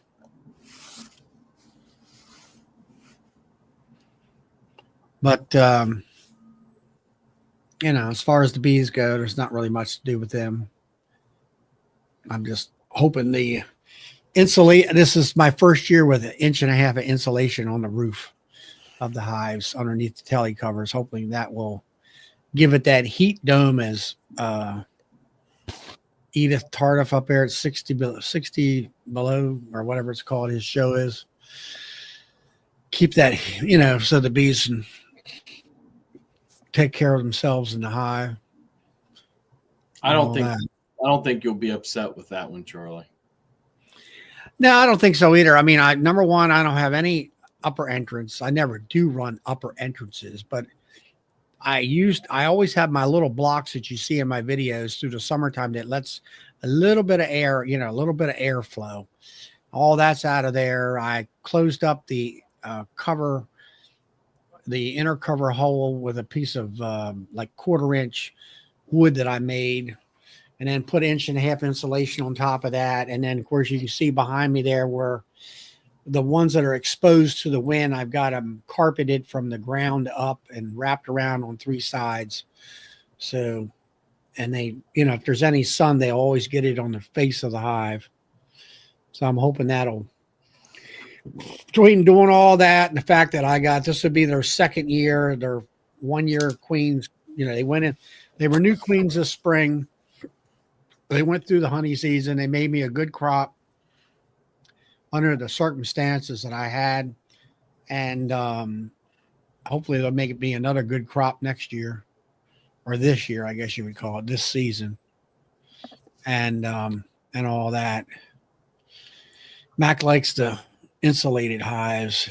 Yeah, I like insulated hives. I had one here. They work well. I just I don't know. I'm in a situation where I'm still in wood, and if I was starting out, I might probably go with all insulated hives, but that I'm not going to be doing. Seems a little colder up my way. It's been colder longer, it seems like, this year for me. You know what I mean? I don't know. It's probably the same for you. Last year, January was totally cold, didn't do any vaporization. So it was 30 degrees, I'll say the whole. And they're looking at, here it is, the 10th. And I think Monday is supposed to be 40, and then it's back in right around freezing, 32 degrees or 0 Celsius, pretty much for the rest of the week. If not, we might have a chance. We might have a chance 2 Saturdays out, not tomorrow, but the following. I think I was seeing 44 or something like that. So yeah, hoping maybe. So and then, like I say, we got a little bit of snow coming in tonight. I don't think it's going to be much of anything for me. And I don't know what the rest of the, like you say, once you kind of get into February, things are kind of going the opposite direction pretty good. Yeah. And all that. So go ahead, Charlie. And as far as myself, I mean, I got the 16 honey hives, got about 7 nukes. I think I got to, rebuild my nuke population, and I got 5 of the hives are double deeps, which I'm going to switch them over to mediums this spring. And I got 1 nuke that actually is right behind my head in that empty spot. It's sitting there now with carpet around it, ready to be transformed over to 10 frame mediums come springtime. So, I mean, that's the bank. I guess the next thing I really need to do is I've kind of took account of how many medium boxes. I want to go back to mediums on them double deeps, and for continuity and easeability, and everything's uniform like Brad and Ian does with double deeps with everything. As far as honey supers can go. And I don't know, I might need another dozen medium boxes. I'm not sure. So, what did you want to say, Big Mike? Oh, I wanted to ask Brad. This year, I imagine you're going to try to do some grafting, if possible. Yes, How are sir. you going to go about picking your hives? Normally you have hives that have seasoned for several years. This year, all but 3 are brand new. Not 3 now. What's that? I don't think all 3 of those are alive yet. Well, my first criteria is always to graft from a live queen. Well, I know that. So that's number 1. Always. Yeah, I mean, you got a point.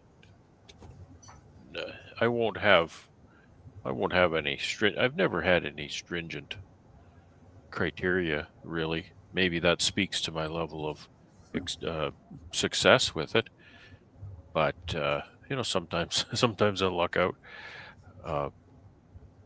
I'll graft from queens that overwinter. If she doesn't overwinter, then like winter is my selection criteria. And I generally don't have queens that are really old. I have had queens that are quite old. I have grafted from 2 and 3-year-old queens, thinking that, wow, there's some longevity there. I'm beginning to think it's partly just a crapshoot, though, right? Yeah. That maybe this queen survived for 3 years and that one didn't. Maybe there's nothing special about her at all. It's just luck. Could have been the drones. Yeah, who knows? It was brought to my attention, and I don't really. I've never really heard anybody speak on this, but on my grafting from my oldest queen criteria, one day it was brought to my attention that there might be an issue with that regarding the age of the sperm and the queen, because they've been in there a long time. Yeah. And so it was suggested that perhaps that's not a really great strategy for my queen grafting program. I don't really know any more about that, so that would be a good discussion topic if anybody knows more about that issue. I know Troy Hall, he's north of me, and his nukes, he grafts, makes nukes with them. They have to winter over, and then they have to go 1 more year without treatment before he'll graft from them. So his are all going into their 3rd year when he's grafting from them. So he's using that as Well, a BSH selection, kind of an indicator. Yeah. Plus he's that's doing pretty good. The UVO and the Harbo and everything else. So he's typically using 3-year-old queens then anyway, isn't he? Yeah, he says sometimes a 2-year-old, but mostly 3. Yeah. Interesting. So obviously he's not afraid of that suggestion that there's compromise. So are you doing Harbo testing, Brad? No. I don't have time for any of that. Sorry. Well, I was just saying, you said you're going to get into grafting. You want VHS queens, right? No, I didn't say that at all. Oh, okay. I mean, we'd all like to have that, but yeah. There's a guy down here in Virginia that does UBO and Harbo testing in concert with each other, and he's creating a VHS strain because he only breeds from the queens that have hives that are 65% or better on the UVO testing, and they're proving out to be pretty good VHS queens because the Harbo testing proves that out. So it's working well for him doing that in concert. So what, like Big Mike or Brad, do you look at like criteria? You go into your hives and you're looking for a hive that's better than the rest in your area, in your apiary. Are you looking like, hey, this queen laid up let's say 8 frames of brood versus the hive next door only has 4 frames of brood, that kind of a criteria? Have you got any Oh, type of basic criteria of that nature? mine all do pretty well, but some are bigger in the spring than others. Some of them wipe out their stores. I try to get ones that winter over well and still have some stuff left. Right. I did buy the UBO this year, but that has to be done during a honey flow, and since that was pretty much non-existent, it was hard to do. To do, Right. yeah, you know. I don't know. I mean, I was looking at my drop boards when I was checking for mites, and I could have like one hive here that you could see that the cluster was off to the one side of the box up in the corner there, and they really didn't have a whole lot of a lot of dropping lines from where you could see where the frames were. And then other ones were like dead center, and they would have 4, maybe 5 or 6 dropping lines of cappings and stuff like that. And I also looked at when they were flying, if they happened to be a 50-degree a day or something like that, that how many of them were kind of like, I won't say bearded, but they were like clustered at the entrance, kind of give me an indication of the strength of the hive. And That can have to do with the strain of the bee too. I mean, I've got Caucasians and I've got Carnies, and I have some mixed, and they all act differently. Some of those Caucasians, it'll be 40 degrees. They're flying in and out like it's a nice sunny day. Right. I've had a few of them here where you've seen some scouts out. It was kind of a sort of a nice day. I'll say it was 40 degrees. Normally you don't see them unless it's 48 or close to 50. But there will be a few of them out and about. I don't know which hives they were coming from, but I had the bee inspector out because for me to sell a nuke out of state, I need to get them inspected. yeah, that's like and it we is were here. going through some of my Michael Palmer queens that I was going to make nukes out of them that had overwintered. And they were uncapping, and we took a toothpick and started pulling the pupae out, and every one of them that they were uncapping had mites on them. So, that was a good sign. So I hope to be, last year was a kind of a crap show for me. My mother got sick. I had surgery. I had surgery again, so hopefully this year it'll be bees and work and not everything else that went with it. Right. Now I was just trying to find some pointers what to look for. Just kind of. I start with nice bees. I don't grab from the crazy ones. I don't. When it comes to calm bees, I don't know what I've seen some people that they. Well, like Brad there will get it, maybe a veil on, and that's it. That's all And I I'm use like, most of the time. I'm like, Not you even don't a veil if I forget it at home and have to work the out. Yeah, around my bees are like, I don't think you want to do that. Yeah. I mean, I won't say they're not up in your face. They're not up in your face, but there's some wanting to try to get you. I can't overstate my queen rearing. I'm certainly not a queen breeder. Just a story in a nutshell. I've really not been doing that very long. I only started grafting a few years ago, and my goal for grafting then was let's get them to take one and let's get them to build a cell. That was a win, right? So it just kind of went from there, and get a better take. James helped me out. Carrie was here a couple of times. She gave me some pointers too. So that all that helps, right, as I go on. Now, are we all supposed to be wearing skirts when we work our bees? Don't confuse a skirt with a kilt, right? Yeah, boy. Not to be confused. It's the same thing, right?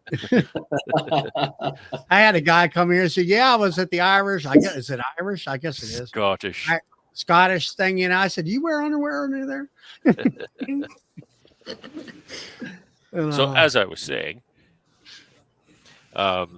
So yeah, I mean, and I'm one guy. My season is so compressed. I'm trying to make some honey. Uh, I just can't. Don't have the time and energy to get too specific with things like that. Maybe I'm just not organized enough to have any kind of a breeding program. Um, I just need to keep bees alive, that kind of thing. So yeah, it's been difficult. I would love to do all that stuff. I'd love to have the results of all that stuff, learn all that stuff. Maybe one day I will. Maybe one day when I'm not maybe trying to chase as much honey, then maybe I'll have a little more time to do better at that.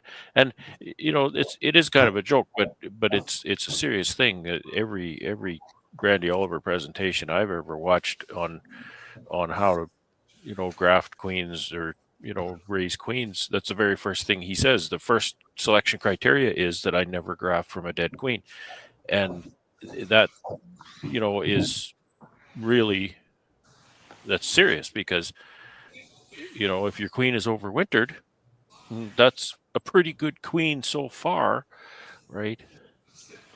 He definitely has something. Yeah, I mean, as far as trying to, like this year, this past spring was my last year as far as trying to sell nukes to the public, and I reorganized my business model, I guess you'd call it, where it's honey production, and I want to get back into. I hadn't been doing queens for 3 years. I like doing queens, and now it's like, okay, the nukes that I have now, I finally have resources to be able to stock my 2-frame mating boxes and also stock a cell builder and get all that in place. And then I can graft, which to me, grafting is fun. And I love it. When you see one of your queens that you grafted and you see those eggs. Well, you get in there and she's in that puppet 2-frame time. mating box and she's got that big old frame laid up corner to corner. I'm like, I did that, or that's right. At least I helped get that queen there. Well, that would not have existed had it been not for your intervention and your work. And that's gratifying, self gratification when it comes to looking at that stuff. The only problem is then it's like, man, I don't think I can sell that queen. You get attached to them, and those are the ones you want to sell. The ones that are laying like that. Well, this year I definitely want to requeen everybody, and hopefully that'll all work out, and that kind of stuff. So this idea, I'll go back again to this idea about grafting from an overwintered queen. I mean, there's all kinds of things you think, oh well, so she overwintered. Yeah, well, it kind of avoids certain things, and in my area, I mean, everybody has their own real important points about wintering. In my area, it is feed thriftiness, right? And so we generally run bees around here that are pretty thrifty when it comes to feed consumption over the winter. And sometimes those genetic markers can kind of slip, right? So you may raise a queen or two, and those traits just kind of get off kilter a little bit, and then they starve in the winter, right? So again, those are traits that you really need, and you don't want to procreate those traits if they're not appropriate for the winter. It's easy selection criteria because you can't make a mistake and breed from a dead queen. It's really easy, but it's still an important selector for that. If you bred a queen in the spring and then you started grafting off her, it's kind of like, well, you don't know anything about her. I mean, you might see a brood pattern. Maybe that looks good. Well, I know that. I mean, I've had hives where I've had like one hive in particular where you open up the hive and they're ready to pounce on you up into your face, and I'm like, okay, I'm ready to kill this queen. Don't breed from that one. We ain't definitely grafting this damn thing.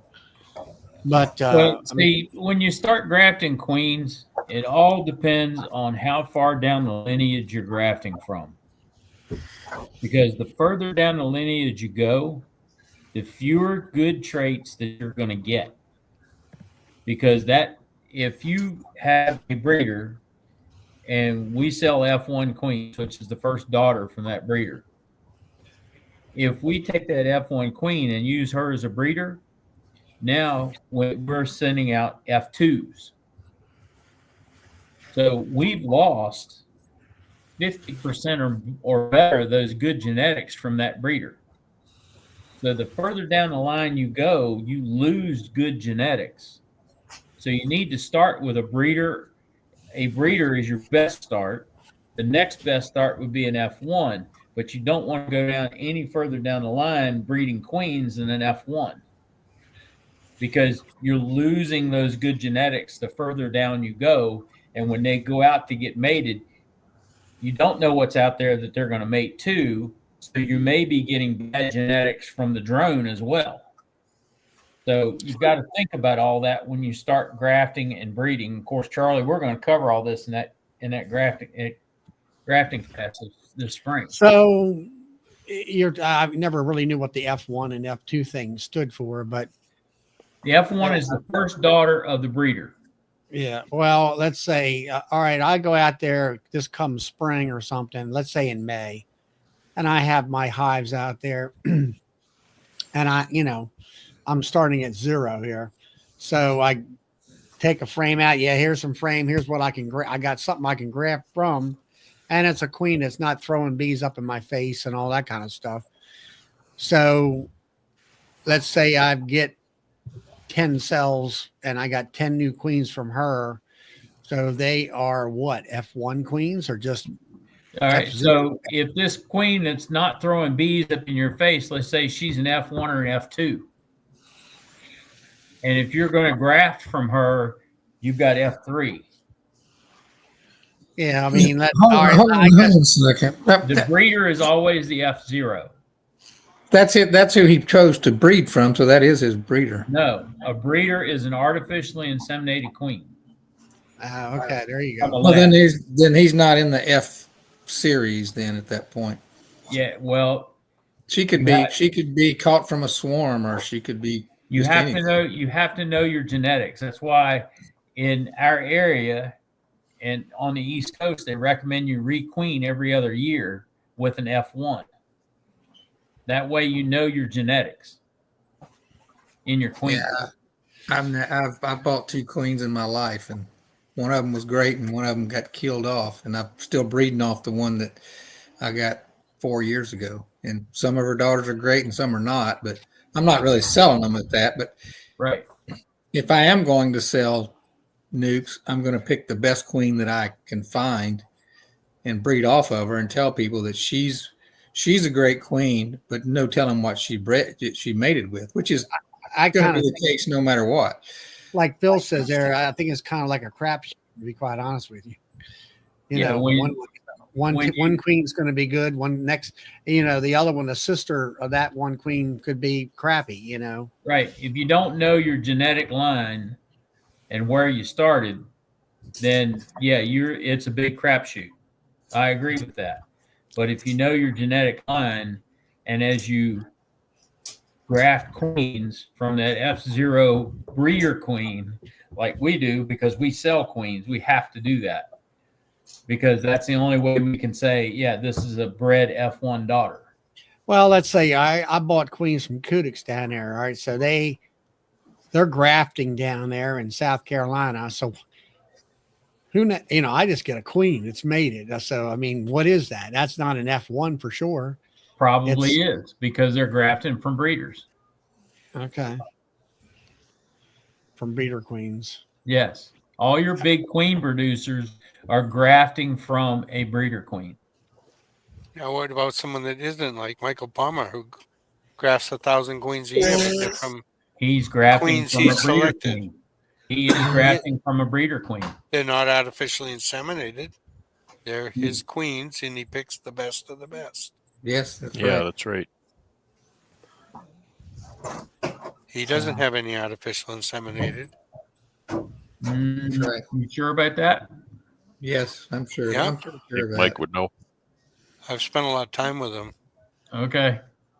But- He'll buy queens here and there from other people, but they're just to keep his genetics fresh. Well, that's the way we do it here, and that's the way it was always been explained to me. If you're going to graft, you graft from a breeder. I agree that if you're going to market them as F1, F2, F3, that's the case. But if you market your queens as open mated queens, and then you say, I'm picking from my best stock, And I would agree with that. that's perfectly okay. Yes, And I think it is. I think you're gonna get just as good a queens, but that's just my opinion. Yeah. But I Brad, do I have agree with another- you, Phil, on that because, you know, we market our queens and we ship them all over the place. And we market them as F1 daughter.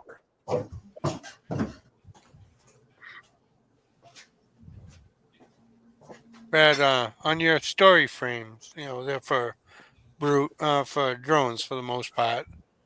Do you have them in every hive, or do you pick and choose hives that you want them in? Well, that's a good question. As a rule, I have them in every hive. However, if I'm trying to do something special, then I won't. If I'm trying to propagate drones from a specific colony or not from a specific colony, then I'll change that rule, of course. So I do use them for that as well, to just help me concentrate the drones on the colonies that I care to, because they will produce more drones than not having one. But you could also, in the same theory, put two in one hive, For as many as you want. and then you could take that frame of drones and bring it to another apiary that was in your mating area. Sure. Take more of those drones and have them spread out more. Yeah. Sure, you could. Yeah, I was just imagining something when you said that. I should try and put 10 story frames in a brood chamber. Watch what Yeah, the because bees yours do. will do both brood and. Oh yeah, they'll Yeah. do both workers and drones depending on what they want. So it would just give you a better idea, maybe, of how many drones they really do want to produce. But Because it's not like putting a green drone frame in, because they're kind of, well, Yeah. that's the size. I mean, they would fill it with honey, but they can rework it into worker comb if they want. Well, I that's what I do, Brad. I use foundationless, so for the most part, all of mine are. So what do you notice? Do you notice it fairly consistent what they do? Yeah, they drone tend wise, they or tend to do about 20% or so on each frame, and it's almost there's going to be some drone brood on every single frame. In your hive, Bill? Yeah, it's typically toward the bottom, but sometimes it'll be like a whole third of the left side will be drawn. Really? Yeah. All right. What I've been doing here last year, I started. A little neighbor there that I'm helping with his hives and stuff. He had gotten a bunch of green frames, mediums, which fit me just fine. He didn't know what they were for and all. I said, "Yeah, I'll take them," and I re-waxed them. And I actually did another 4 of them here when I got back from Nobby. I took part of the snow day we had Monday and re-waxed them. And I've been putting at least one in every of my 10 framers out there to try to give that queen a place to lay her drones and leave my worker brood alone and stuff like that. So it seems to be working. The only thing I did notice was here, I guess last month, when it was warm still, that I actually seen drones coming out of the hive, flying out, and other drones flying back into the hive where they weren't kicking them out. Just They were recently? last strong month. Strong hive will keep them all winter. Yeah. I mean, I can see a few, but it's very few this time of year. yeah. But and I didn't notice, to your point, Brad, I didn't look that hard for drone brood until I was doing 1.5s, and then I tried to switch to single stories. And now I'm concerned that the queen really does have enough room to lay worker bees. So now I'm really starting to look for drones, and I'm starting to cull out drone brood to give them another chance to do worker brood. I'm putting empty frames in the middle because they're more likely to do more worker brood in the middle. As you get away from the core of the hive, they get more and more drones. Right. They're typically on the peripheral. Yeah. So, like I said, I didn't pay that close attention until I went to one thing because I'm trying to avoid swarming. But yeah, now like on the half story, the medium above that, that may be more than 50% drawn brood. Oh, is that right? In the spring, yeah, they load it up, which was fine with me because I could take that and shake the bees out and put it in a queen excluder, and they fill that with honey. Right, right. But yeah, that's interesting.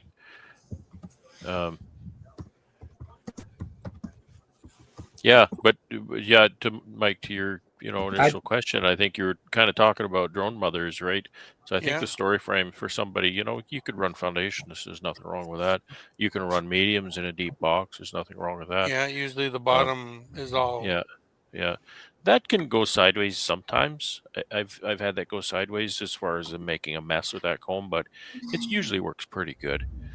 Well, it was funny after watching you a few years ago making them and then painting them. I was taking apart a building and they had a bunch of green 1x6 baseboard. Oh, so I took it all up, chunked it up, made top bars out of all of it. I said, I don't have to paint one of these. The reason that I like the story frames so much is that they never make a mess of story frames. They've got enough of a guide there that they will always draw it nicely. Do you put a wood little piece of wood on either side of your plastic? Nothing. But you just let them draw it. There's nothing. There's nothing. There's absolutely nothing.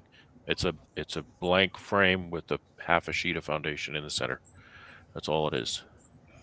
There was a question for me here, Nancy. I don't know for sure. I'll keep an eye out for it and see whether it's on one side or the other. But well, that's interesting. One thing I have noticed, that I've noticed watching other people's videos, is I see everybody pulling apart the supers, and there's all this drone brood that gets burst open. I very rarely have any brood cells between. So do I. I almost never do. Well, I never do because I have story frames. Yeah, because there's plenty of room for them to put the drones. Okay, so here's a question for your observational powers, Phil. I was having this discussion with someone recently. The orientation of the cells. We're always told that the peaks of the hexagon are up and down. So you have foundationless, right? Have you noticed that maybe that's not a rule with the bees, or are the peaks always top and bottom? That's a great question. Or maybe you haven't. Phil, you got a lot of homework when the season. I'm aware of the controversy, so I watch for that. See, dang it, Brad! I'm not going to get into my house for like another month. I'd be interested. Well, what I've noticed on my story frames is I'll see actually on one frame, I'll see one side with what we call the conventional way with the peaks, top, and bottoms. I'll see the other side flats, top, and bottoms. There doesn't seem to be a rule as far as that seems to be a people rule. I've got some comb in a box out here that's just kind of sitting out open. I'm gonna go grab it real quick. That's awesome. I got 3 dead outs in the shop to check out and kind of see if there's a mite grass in them and stuff. Are you talking like the cell walls, like this instead of like that? Yeah, or the peaks. Are the peaks always top and bottom, or sometimes they've got the flats top and bottom? I know what I've seen. I wonder if it has anything to do with the magnetic North Pole. I thought it was something to do with the heat, and they kind of sort of like with gravity or something like that. I don't think both in my hives. I don't think the bees actually make that somehow. I forget how that worked. Somebody was saying, or some science person was saying. That's a real controversy, I think. And I've seen comments from people who do cutouts who just say, nah, it's not a rule. It's a people rule. It's not a bee rule. Wonder if it's the difference between a left-handed bee and a right-handed bee. A left-handed bee and a right-handed bee. You know, kind of like when you write, left-handed is one way and the right-handed. Bees are dyslexic. They don't know a flat from a peak. All right.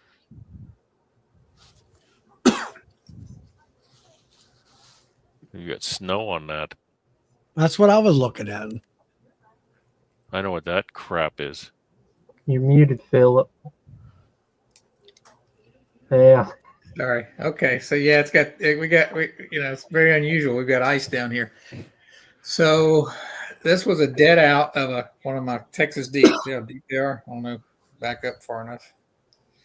They're like a deep and a medium combined. It's got the fishing line here. That's that Layens high or something. Yeah. Or it's a long lang. It's Flats on top. Well, the points are at the top and bottom, Brad, consistently. Yeah. Let me look at this one. I got two. I brought in two. Yeah, same. Now I did have if you look right there, there's a starter strip that they started from, which had that pattern started. See, that's kind of cheating because you've I've influenced it. Yeah. What is that called? A Texas deep or something? I call that a Texas deep. Some people call them extra deep. Vino Farms has this, but he puts the plastic in his. It's 1.5. It's just something that I like them. Once you see one of these filled out, they'll have like a perfectly circular brood area in the middle with the honey and pollen at the top. It's a gorgeous frame once it's built out. This particular colony didn't get big enough before they died out. You can see there's 0 brood, drone brood in this. It's all worker brood. They didn't, but it wouldn't have taken long. They would have started down in these areas. They would have put drone brooded. Had they made it. So Nancy wants to know and I think I want to is. So what about this flat versus the point? Does it really matter? only to people. Oh, People argue about it. I would bet on that. It's one of those things to argue about in the winter because it doesn't matter and it uses up a lot of time. Yep, they're all pointed at the top and bottom perfectly. Well, I know I have a picture of one of my story frames that I took because it was just a textbook of how it was drawn. It was so beautiful. And it was actually not a brood chamber. It was one that I had in a honey super that they, because sometimes they put it in a honey super and then they'll make comb honey on the sides. And I got looking at this picture one day and I realized that on one side, the foundationless side, the points were top and bottom. And on the other side, the foundationless part, the flats were top and bottom. They were remarkably, like, they were so obviously different because they were almost side by side. And I got looking at that and thinking, yeah, I don't think that's a rule, but I'm just looking for other people's experiences. I do notice when you can see to the bottom of the cell, it's like the intersection of the other cell is at the bottom of that cell. I don't know if I explained that correctly. They don't line up. They don't line up like this, do they? Yeah, they line up. They're like almost identical, though. It's like a third almost, and that's structural. Yeah. Now, another thing I've noticed that took me, especially in brood comb, although this looks like these look like hexagonal cells to me, but when they're fresh, they look circular to me, not hexagonal. They're not actually hexagons; they're circles. Yeah, and that's why I'm circular. The webbing between them makes it look hexagonal. This cell is not hexagonal; it's a circle. That's why my logo is circles pushed together, not hexagons. That's right. That's right. It's like a bunch of drinking straws all stacked together. Right. They look like hexagons really, but they're not. They're circles. So it's the weird things that we say are rules and they're not. How can they be circles if they have a point top and bottom? Because it's the webbing. The webbing is not a consistent thickness. I don't know how to describe it. I know. I'm just. I saw an article. No, this is changes. It's magic. This is real nerdy because I was really curious about that, whether they were circles or hexagons, and so I did some research on it. And there was an article by somebody from like Harvard or Yale, and they did mathematical studies of the cells. And what they determined was that they start out as circles, but as they draw them out, they start putting pressure on one another, so it flattens the edges. I read that too. I read that too. That was I think that was in the ABJ or something like that. They had literally had mathematical equations that talked about how the cells got thicker at the intersections, and then how much the curve was that they rounded off due to the pressure from one cell to the other. It was crazy. Some college student did all those things. So they end up being, they called them rounded corner hexagons is what they described it as. Yeah. But they do all start out as circles at the base. And as they draw them out, the cells putting pressure on one another forces the hexagon shape. Now they're perfectly made. Those bees, they're so thrifty, to build a comb that'll hold like that big frame. How many pounds of honey does that big frame hold, Philip? Do you ever put honey in those? Well, yeah, I've got some that are out. I bet you that holds 8-9 pounds of honey that are filled up. Yeah, I'd say that's accurate. So, and if you melted that down and weighed the wax, you'd have a couple of ounces of wax. So to have a structure that's that light and that porous, that's going to hold that much weight in honey, those bees are very thrifty and very masterful at their creation. Yeah, the outer frames on those colonies that's a solid frame of honey that's that big. So yeah, I'm going to do my first splits off of them this year. I've been just catching them in swarm traps and then growing them up. But this year I've got a couple that are pretty much full. When Brian came out to see me, we went through one. We didn't go through my biggest one, but it was pretty interesting. One of mine has, I know, probably 3 or 4 full frames of honey. So I'm going to use it for splits. But they're a little bit mean, so I'm probably going to try to get a different queen.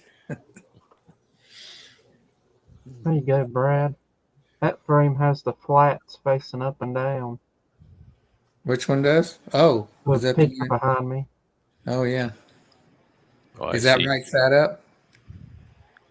So what kind of frame is that? Oh, that's one of my printed frames. So they had a starter strip, but then everything below it they drew out. So they drew that out from nothing. So are you saying it's got flat tops or pointy tops? I got flat in that picture. It's got flat.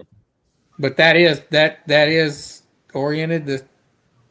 What am I seeing there on over your right shoulder there? What's that white thing? Where? Which? Oh, this thing. Oh, you're talking about that right there. Yeah. That's the frame. That's the frame.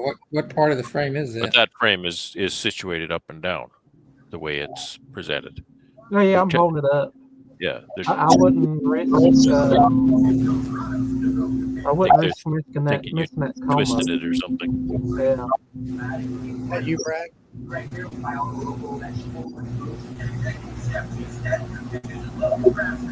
Does that sound like airplanes? Somebody's got something on. Not me.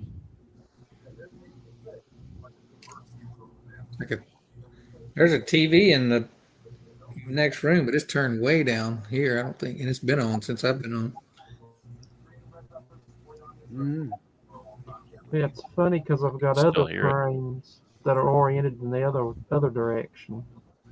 Well, I don't know if I can find that picture, but I'll try to find it. Yeah, I'd like. I might have found it by now if I'd have been looking. Here's what puzzles me.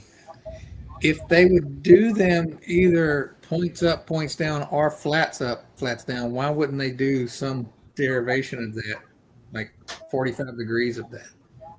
Or I'm going to whatever. have to look at every frame I own. Some rotation of that. Why would they automatically just flip 90 degrees? I don't know that they will. Left-handed, right-handed. Because you see them when they build. They always start building that little lobe, right? And then they build that lobe bigger, and they build a lobe bigger. And sometimes they'll build a lobe here, and they'll start another lobe beside it. And then That's as right. they build, the two lobes come together, and you can Yes. always see that seam where the two meet. And there's Yes. a little bit of jury rigging going on between And the there's two odd lobes. frame. There's some that don't have 6 What do you got, sides. Will? There's some that'll have 5 sides Yeah. as they mend them together. Is that What are drawn comb, Will, or not? we seeing? Yeah, that's Yeah, up it's and down. it's drawn comb, but it's a plastic foundation. Can you guys see it? Yeah. Yeah. Yeah, but it's Kinda. white. It's It looks translucent. like the points are up on this. Well, But the foundation plastic- That's how is. we do it. The plastic foundation tells them which way to do that, though, right? Yeah. Right, that's cheating. I know. All right, is that the full view of the frame back there? Hanging? Yeah, that's What one is of my that? frames. So, Brad, when you do your That noise. story frames, do you do the foundation with the flats that's up one and of the down? Because frames, aren't you cutting your foundation in strips and putting it in the middle? Well, I cut it in half, but I put the half in the center. Oh, And it's okay. in the normal orientation, It's- so it'll okay. have the man-made points top and bottom. See, now you've got to rotate a few just so we'll know. No, I have to rotate it. Yeah, Okay, one or so two, just for I'll- just for discussion. Yeah, rotate. I'll a throw couple this and in see there. what happens. Uh, And see if there's see if when they get outside that, do they flip it or do they continue? yeah. That would be Well, interesting. okay, so here's another thing I know. To the beehive called verticomb. So what these guys do is they build this beehive, and without going through too much detail, I actually built a prototype, but I didn't really ever use it. They'll take the frame and they actually rotate it 90 degrees so that they can manage the box from the back. They take the whole box and they stand it up on end kind of thing so that they can slide the frames in, kind of like one of those. Look, Yeah, sort of. And so the gist of what I'm trying to say is because they stand those frames up and they rotate them 90 degrees, they say right on their website, so do the bees mind that the cells are no longer points up and down? And they say that no, they've been running them for years and they don't care. Doesn't bother them. So there's that. I mean, I'm not saying that that's proof of anything, but that's one more little piece of the puzzle. Oh, you know what? I just see DC's comment down there. So earlier when I got in, DC, I need your physical address if you can email that to me. Every time I try to put it I went to YouTube and tried to put it in the chat.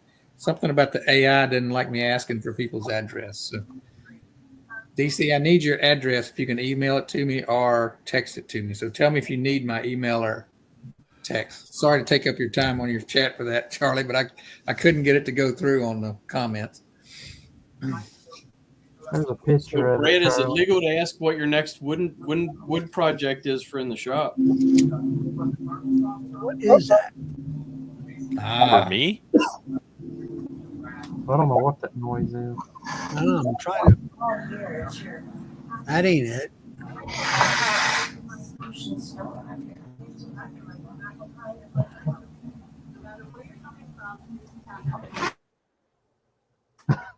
That's it. Found it. Got What it. was it? It's Bill. It's Phil. No, it's Bill. Oh, it's Bill. What is it? Background. Background noise of some sort. Is it better now? Yeah, it's better now. I All right, what do we? Is that one of your? Is that octagon hive you built? Yeah. Spanky? Yeah, so up at the top it has a starter strip, and you can actually see one of the one of those cells up in the top left is pointed up and down. Yeah. Right there. But if you look down towards the bottom, you can see cells pointed in all different. You can Sure. see some still topping down, but you can see some Yeah, tilted some at are odd kind of angles. cockeyed. I can see them rotated slightly. They're still they're- generally up and down, but they're not perfectly up and down. So that's them free-forming it. Mm-hmm. So that's is in the same. that hive that you built last year? You Yeah. were showing it, that you extruded it. Okay, now I understand why when you said that's the frame. I just like it was the frame's on a diagonal. It was in that picture. Okay.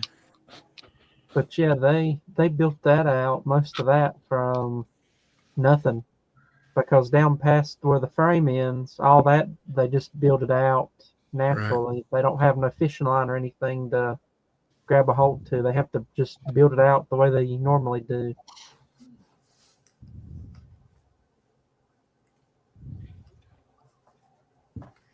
I'm still looking for my picture. Hey, I think I Spanky, found it. Yeah. can Oh, you it is brood comb too. bring Sorry, up Charlie. that hive picture that goes with that frame for these guys to look at? You I'm not talking sure. about That green or orange looking hive that you had? you talking about a picture of it open, or I don't know. It was to give you these guys an idea of what you had built. okay, well, okay, give me a minute. Okay. I've changed how. So this is, I thought it was a honeycomb, but it isn't. It's a brood comb. So Yep. you can, because they're side by side, well, almost one side and the other, you can really see that, can't you? Yeah, the left side's got the points, and then the right side's. So the left side is flats top and bottom, and the right Yeah. side is points top and bottom. That's right. That's what I Because you can see which way the rows go, right? On the right, there's rows, and on the left, there's columns, exactly. right? Yeah. Well, that's completely freeform. They just, That that's is. the way they did it. That's it. Is this yours, Spanky? That's, No, that's Brad. mine. Oh, So that's you can yours. Okay. So you can see in the center, that's where the foundation is. But on the You're sides, right. there's no foundation. Yeah. So that's what I was looking at that frame. I didn't even take the picture because of that phenomenon, but I was looking at that picture one day and I thought, there's something different about those two sides. And I realized, well, they've rotated those cells. They sure did. Yeah, Is one north facing, one south? I don't know. Well, And then you got That's a long time ago. round cells on the top of the brood. It looks like it to me. Well, now it's pointing. well, they're, you know, That's they're all, I don't know. How do I, oh man. yeah, It like almost sucks. well, they've Okay. changed how the studio works too. I'm just trying to zoom in on this picture, but it can't. Yeah, that little slide 'Cause- bar at the bottom doesn't work. Because I don't know, it can't. I can't do anything with it. Maybe I can't zoom it while Yeah, how I'm about that? presenting or something. No, I can't do anything with it. That's really cool. Yeah, so it's a pretty neat picture, isn't it? Yeah. And that's why I started, questioning that in my head, like, how universal is this? And it's not even honeycomb; it's broodcomb. So they were fine making broodcomb in the other orientation. Not a problem. So they even had a suggestion of which way to do it, and they still decided to rotate it. That's wild. Well, I don't know. Well, they had- they had a they- suggestion from the middle, anyway. Well, from the worker comb, but then the drone cells are going to be bigger, so they have to make a Yep. change anyway. Yeah, Oh they my started. God. Weird. Now every time I look at a frame, I'm going to be looking for columns or rows. Yeah. I think you're gonna have a hard time finding what's on the left there. Is typical. It's gonna be unusual, but obvious there. I that think it that's- probably is. I think Right. the points top and bottom is more common, but I'm just wondering, like, how much of a rule is that? Because we as people make that a rule. It's like, oh no, that's the way it is. That's the Well, it's correct way. probably because it's one side's English and the other side's metric. That's what right. Brian said there, The but Canadian frame. There you go. There's Spanky's hive that he printed out. I always thought was kind of neat. Yeah. Oh yeah. that Yeah, is cool. that's it. Opened up. That was in its prime when it had a load of bees in it. What do you got? The green ones are green drone frames. Yeah, they had drone foundation in them, and they started out drawing them, and then they kind of switched to brood at the bottom. They wanted brood instead of drones. And then you got the lid there that, you flip it over like a long lang hive type of thing. Yeah, How Yeah. wide is that? it's not very big. Oh, is it like a nuke, more or less? Yeah. Yeah, it built out at about the same time as one of my nukes. And what do you do with it once? Do you have a bigger hive to put them in, or? No, I didn't want to. I didn't have the money to buy a big version of that cathedral hive, and I wanted to see what it was like working one. So I made me one to work to see what it was like. So That's pretty cool. Yeah, that's why I wanted to bring it up because got a bunch of different types of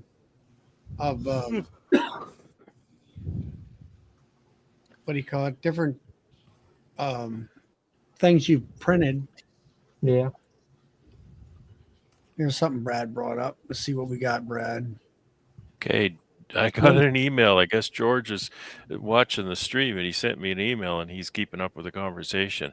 Now, I looked at this picture for a minute and I realized that this picture is rotated 90 degrees. So what he's saying is, I'll read you the email that he sent me. Well, I guess I can't. Let me see. He said that he put this frame in a Layens hive and they built it. It's totally foundationless. And again, the frame is rotated. I can't rotate it to be the way it should be. But they be flat. Yeah, so if you rotated that back 90 degrees, I put Langstroth foundation vertically in my Layens frames, which makes it like your story frame. All the cells are built with flat tops. I put Langstroth foundation vertically in my Layens frames. Oh, okay, yeah, that's foundation though. He's got another picture here, but that's foundation. So the Layens, he's put this Langstroth foundation in a vertical configuration, Which would make it okay. flat on the top. which would make it flats top and bottom. And they seem to be okay with that. all right. Okay, I misread what he said, so sorry. So anyway, that's interesting too. Yeah, that is flats top and bottom. So real, But I'm that's sorry. foundation, right? Yeah. So I'm they sorry. were kind of told. I'm sorry to interrupt the conversation again, but I just tried to type another note to DC and it won't come up. DC, yeah, yes. On my website, if you go to the honey page, it has my email and my phone number that you can text to. Okay, back to what y'all are saying. Sorry, So now There we go. I can't get George, the I've confounded everybody's world, they're going to be. whose looking at their- picture was that last one? That That was was Brad. Brad's. Was that well, yours? It was It's George. from some, yeah. George. I don't know how to say his last name. Sorry, George. Is he Starts the with a one in B. the chat there? Iowa Lands Beekeeping? Okay. Is that him? Well, that's Yeah, well, perhaps George. Yeah. So I think that's what he was trying to say. All the cells are flat top, even in the free space. So there's free space beside the foundation. So he said they continued with the flats, top and bottom. And I'm assuming that it didn't cause a problem for the brood. Obviously, they're making brood comb in my frames like that. And again, this verticomb outfit that does that, puts the flats top and bottom. They say it doesn't matter. It's interesting. Kind of an interesting little puzzle. Spanky, you got another picture that, didn't you have a picture of that hive that you built completely closed up and all the little windows or doodads on it or something other? I mean, I've got videos of it on my channel looking at it. Okay. Now, I think you had one that was green looking, wasn't it? Or is that one you just showed? Green and orange looking? I'm not sure on that. Okay. Well. So what have you been doing, Banky? I mean, I know you had issues last summer with, you caught a few swarms or something like that, and trying to get your bees back up and running. Have you got something overwintering this year? Well, that's the hope. We had a real bad honey year. It was real slim pickings. So I know I had to feed some of them. So hopefully they all make it through. I've not seen the big 10 frames flying any. I've seen a little nuke flying, but it gets more sunlight. Right. So so hopefully they made it through. That's good. That's good.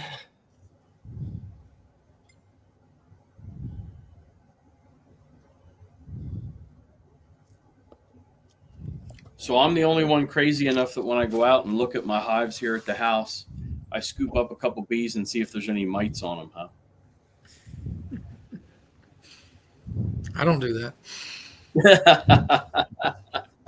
That's about all there is to do right now. I think if you saw them on there, I'd be concerned. Yeah. I haven't found any, so that's a good thing. Don't let that don't let that make you think you don't have mites, though. Oh, no. That's why I'm looking for next Saturday, maybe. Hit them again. I don't think mites hang out on dead bees much. Not very long. Now, Philip, you were talking about them real big frames and Texas frames. Yeah. You know, a guy, he 3D printed a box in the frames that were that deep. It's on YouTube. The channel is Groundhog Cow. That's the name of it. Okay. He 3D printed a box and the frames, and it's in deep frames. Wow. Now, the reason I did that was I was wanting to go to single deep brood management, but I'm not that good of a beekeeper to keep them from swarming. So I just thought, and it actually does work. I don't get that much honey off of them, but it does give them plenty of space. And you don't Philip, have to put did you make your sidebar still out of pine, or did you use a hardwood? No, I still did, but I made them 1/2 inch thick instead of. So you thickened them up a little bit. Yeah. Yeah, they would flex in with these reinforcing in them if I didn't. But yeah, so I make my own top bars too. So you could take a standard top bar and just route the little grooves a little thicker. Buy it. But if you go into the effort of making your own sidebars, it's not that hard to go to the effort to make your own top bars too.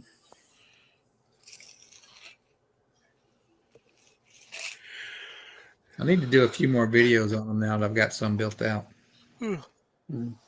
Yeah, Matt says he peeked into his hives. They're clustering over the fondant. They're still kicking. You must mean under the fondant. Yeah, under, I guess. I know one time I watched a Bob Benny, and it was a cold day. It was in that Walmart yard, and he was checking on the bees for some reason, and he had pollen patties on them. It was a cold day in the spring, and the thing that I noticed was when you look down into the hive, you couldn't see a single bee, but when he peeled that pollen patty back, they were all clustered right up to the edge of that pollen patty. So that little bit of warmth that was being trapped by that pollen, where that pollen patty was, that's where the bees wanted to be. Mm-hmm. They were literally lined up on that it was like a rectangular shaped cluster. Yeah, that's He didn't even point it out, but I just noticed it in the video. right. That's what I want to do is when I get this here infrared that I'm curious about the insulation on the top cover. Where is everything up around that heat dome as they describe it and everything? Now, Charlie, you see that question Morris asked? He's asking about nukes and feeding them.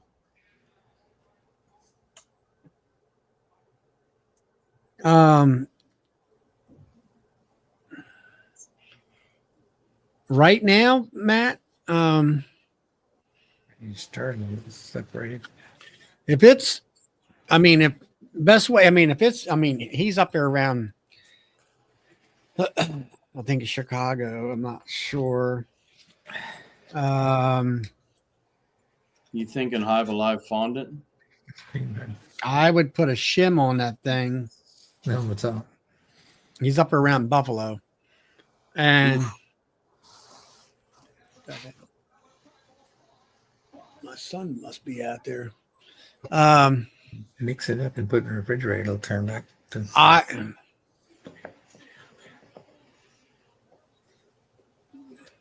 Where you going? Say, Trying to get me to try this for I would say, you know, for emergency feeding, I would put 1.5 inch shim, built that on top of my nuke, and I would put either fondant on there right now or a sugar brick or something like that. I have shims, but usually right now it's so damn cold. I wouldn't want to open them up at anything, really, to be quite honest with you. They should have enough food on there. Sounds like he might be making or modifying some lids for the mason jars. Oh, he's going to make the lids in the mason jars. Depends on how thin the Sherwooder is. If you is he doing just popping holes in it, or is he doing those little nipple things like Mark Miller uses? I don't know. Because that'd be different in how you would do that. Yeah. I would get really like the lids that I buy, the mason jar lids, has got like about 10 holes in a circle. Those holes are, if you make up the point on like a compass and just you kind of gauge it where you just barely peck a hole in there and it'll make a drip on that stuff. I had I think a 16th inch drill bit. I think whatever the smallest drill bit you can get, fractional size, speed that thing up really super fast. You can drill them in there. Spring feeding, Charlie. Yeah, spring feeding.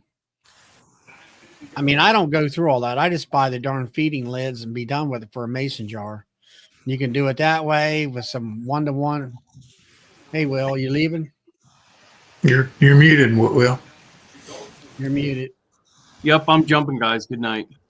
All right. Yeah, it's 20 minutes 11. I'm about ready to shut things down. Yeah, I see his problem. I mean, it's the way I feed is with a feeder shim. It's actually a medium. Yeah, I would, if you got fondant, Hive Alive, or if you got a sugar brick like I do, I would get it. I would make up a bunch of 1.5 inch shims and put them on top of the hive in the spring. Put that sugar brick right on top of the frames. Put the Hive Alive on top of the frames and put the darn cover back on, and you're done.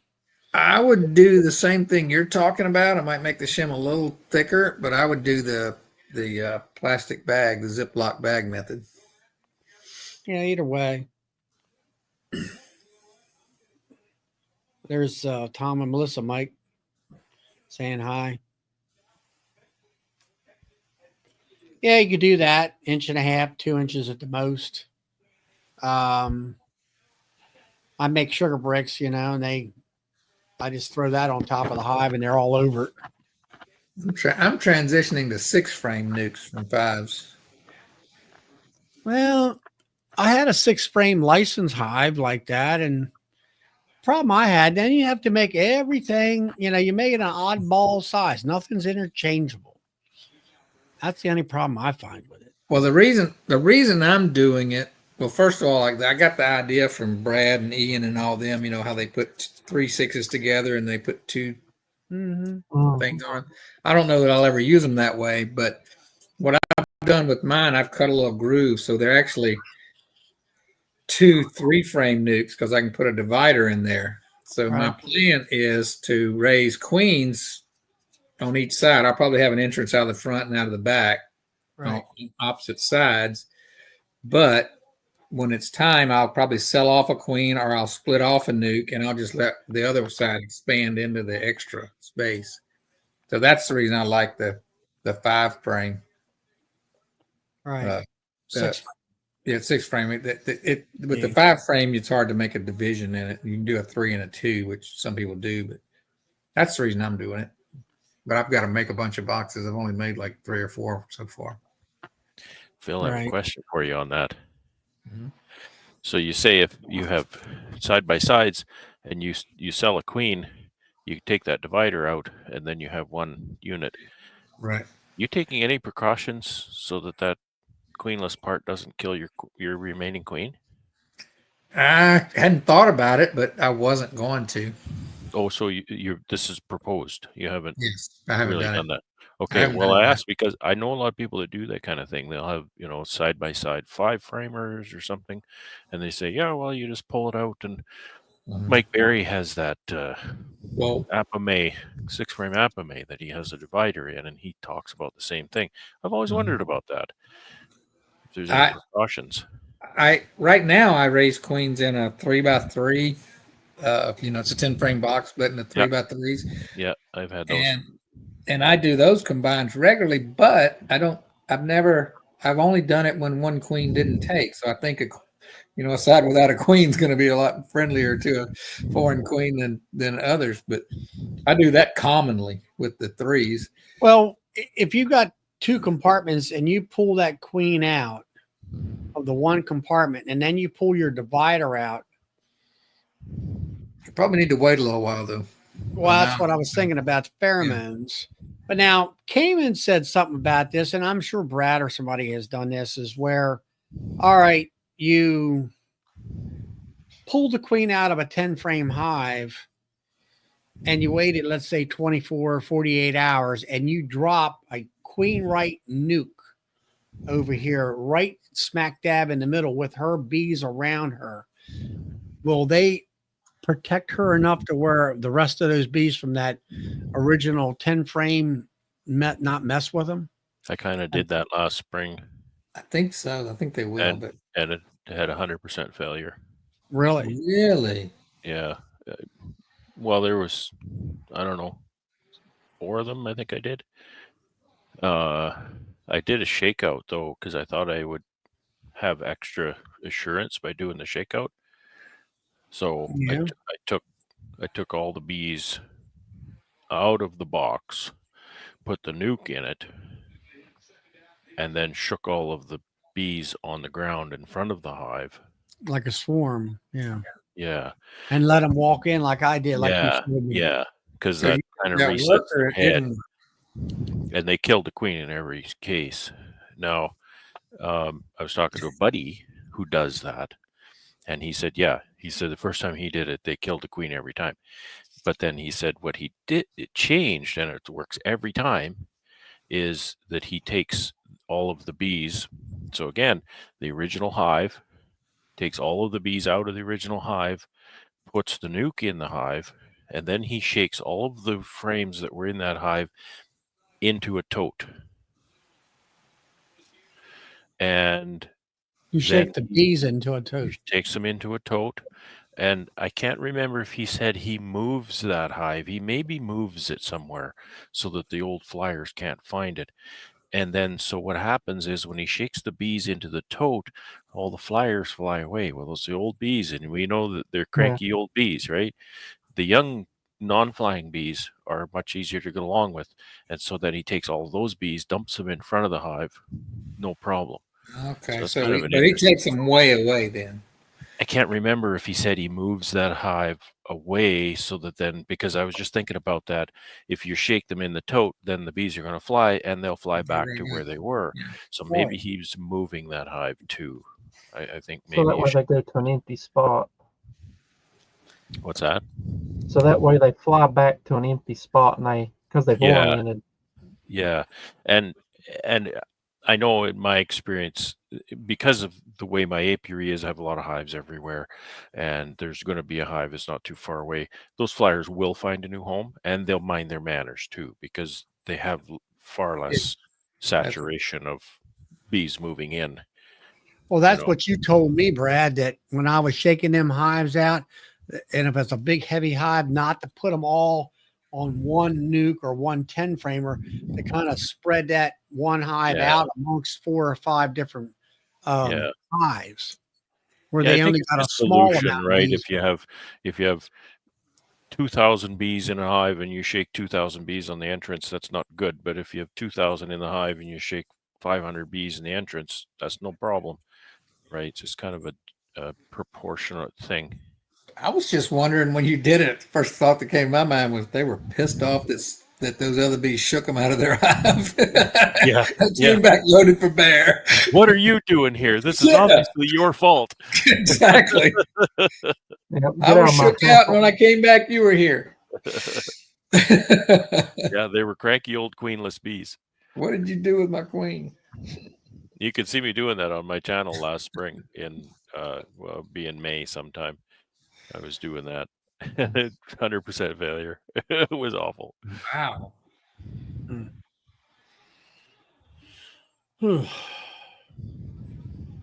So, but I also have done the same thing. Example, it was the summer of I was back in the summer of 23 that I made a mistake. And if anybody watches my channel, they'll know that sometimes I'll make up a nuke in my apiary, and I'll just want to keep it in the same apiary, just move it, maybe 50 feet. So what I'll do is I'll take that, put all those nukes on a pallet, put them in my air-conditioned building for 2 nights, and then I'll take them back to the apiary and put them wherever I want, and that makes them stay in their nukes. Well, I made a mistake. I had 2 pallets. I had one pallet on top of the other in the building, and then when I came back to get them, I made a mistake and I took both pallets. So there was, there could be like 8 or 10 nukes that then when I put them back in, they'd only been in the building for 1 night, so they depopulated. There was just a little tiny handful of bees with a queen in those nukes. So I actually went to my out yard to make sure I got bees that wouldn't, find their way home. And with a what did I have? I think I had a pro nuke. I took a pro nuke over there and I just shook a whole bunch of bees in the pro nuke, and then I put the lid on, drove back home, and I just took that pro nuke and I dumped all those bees in front of those nukes that had depopulated, and that worked perfectly. They just shake them on the ground and they just crawl. I put a little stick up to the entrance and they just crawl up the stick and say, "Hey, we're here," and everybody was happy. So now when you put that pallet in your barn, you're doing 48 hours, 2 nights. Yes, 2 nights. 2 nights. And by that time, those bees have lost their memory to where their location was. In my experience, I've never counted the bees going in and counted the bees coming out, but I've never noticed an appreciable depopulation. And the thing of it is now, all that time, they're in complete darkness, right? They are. However, the same thing will work if it's too cold or if it's rainy. So that's not dark. Right. So if you have, I guess a day that's kind of cool and rainy in your apiary and the bees aren't going to fly that day, move your hives wherever you want. That's what I've done. Like that spot right behind my head there, where next to that yellow hive, there's a nuke there. Now, before that picture was taken, and it was from up at the end of the hive, or end of the row behind the barn. But I knew it was going to be cold for 4 to 5 days, that they weren't going to fly. And they, they're all there. They stayed right there. It's that there's that memory loss of the Yep. location. And there's all kinds of different information about ICDC is saying, well, 3 days to reset the bee's memory. And I'm not going to argue with anybody about it. In my experience, if they don't fly that day, they don't remember. Right. So I say 2 nights because that means, well, partly it's easier for me to remember, because if I can remember, did I put these bees in there yesterday? And if the answer is yes, then I got to leave them in there. If the answer is no, then they've been in there long enough. Right. And I know that if I leave them in there for 2 nights, which means they don't fly for an entire day, then they don't remember by morning of the 3rd day. Yeah, I agree with DC's last comment there. If they're stuck in there for 3 or 4 days, then they'll come out and reorientate. And that's what I've learned 3 or with 4 my days for sure. Yeah, that's what I've learned with my 2-frame mating boxes, is that I'll lock them up for 3 or 4 days. And I'll go out there on day 3 in the evening when it's getting, nightfall, and then turn the gates open so they can get out, and they'll stay right there. So if anybody's curious to kind of narrow that down, I challenge you to bring that timing down, right? And because I've done it, I've worked with that timing on when they go in, when they come out, how long they're in there and stuff, and it's 30 or so hours in that hive, and they don't remember. And maybe there are a few that do. I don't count them going in, and I don't count them going out. But what I get the next day is still a fully populated hive or nuke, because I usually just do it with the nukes. Yeah. It's and so that's kind of a minimum amount of time, right? So that's why I always say just 2 nights. If they don't fly, because they're not going to fly at night anyway, right? Right. So they don't fly for a night, and then they don't fly for a whole day, and then they don't fly for a night, and they're good to go. And then you're pulling them out on the 3rd day.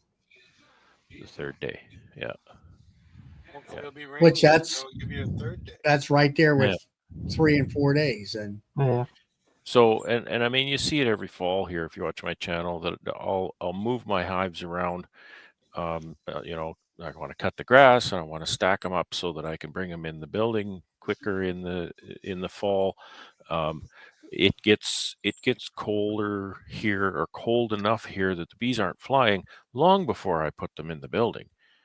So once I'm, if I go out there on a day where they're not flying and they're not going to fly that day, I'll move them wherever I want. It's not an issue at all. Now, not all of us have buildings to put our bees in. Well, exactly. Yeah. So what I've been told many times is, if you're going to move, stuff a bunch of grass or something into the entrance, where they have to take time to remove it. Yeah. I hear a lot of people talk about that, twigs and stuff, and whatever works. But now, Philip, you can use a cold day or a rainy day to your advantage that way. Well, I don't know if I'd want to be moving heavy boxes if it rains. I don't want to be moving them in the rain either. That's why I have an air conditioner in my shop. The rule of thumb is 3 feet or 3 miles. Yeah, is what they say around here. Well, I had 3 bees feet at or 3 my miles, friend's. or the 3rd day. What's it? Yeah, well, so I had bees at a friend's camp, and they got a little cranky. So he got mad, and he brought them back to my camp, which is mile as the crow flies. First one he brought back was fine. Second one he brought back, he said, all the bees are back on the lawn. I said, well, you can't move them. It's got to be 3 feet. Well, I moved the other one. I said, well, the other one didn't know that rule. I actually had to bring a deep box. I put that on the lawn, and they ran into it. That night I locked them up, and the next morning I brought them home. Matt Morris, he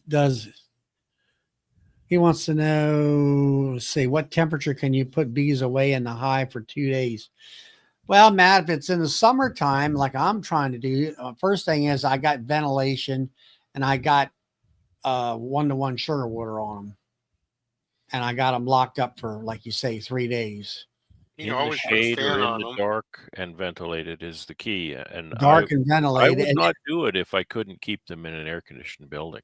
And Yeah. I'll bring that bit. And my air conditioner is calibrated in F, so I can talk your language. My air conditioner, the lowest my air conditioner will go, I think, is now I'm trying to remember now. It's 50? it's 64, I think. It doesn't go very low. So I'll turn right down. As low Now, as on mine, if it's a hot day like that, one of the things I will do is I'll put sort of like a big, like if you got yourself an old piece of tin or a big old wide board or something like that, I'll kind of shade them hives absolutely. from the sun, Yeah. along with feeding them and along with ventilation.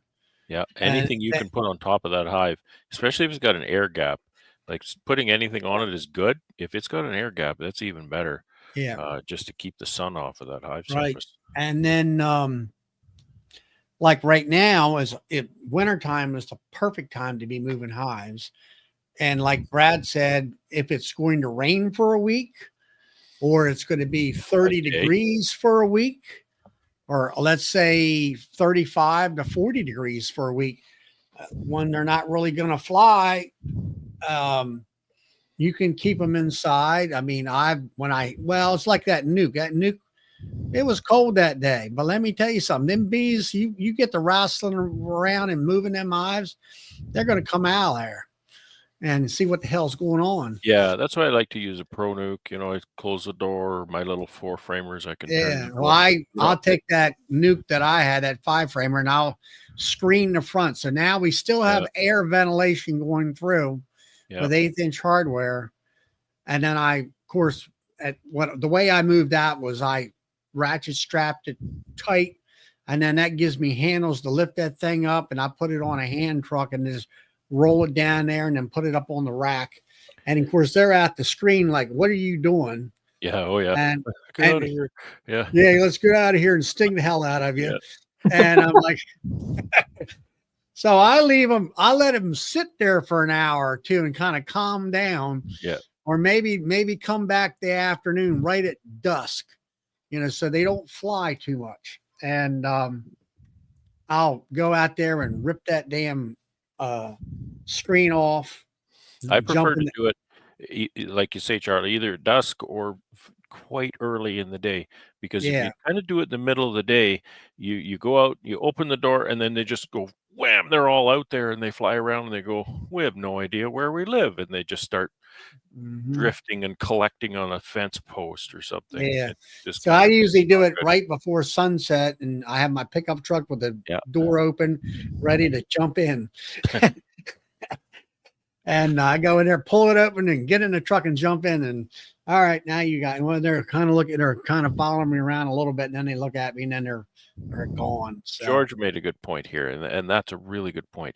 See, like I say, I don't count them going in, and I don't count them coming out, but I just look at the hive, and it's fine. Now, I'll just read his comment. It's not perfect. I moved 3 hives last month and it got cold 3 days later. A warm day, I saw some reorient, but some flew back.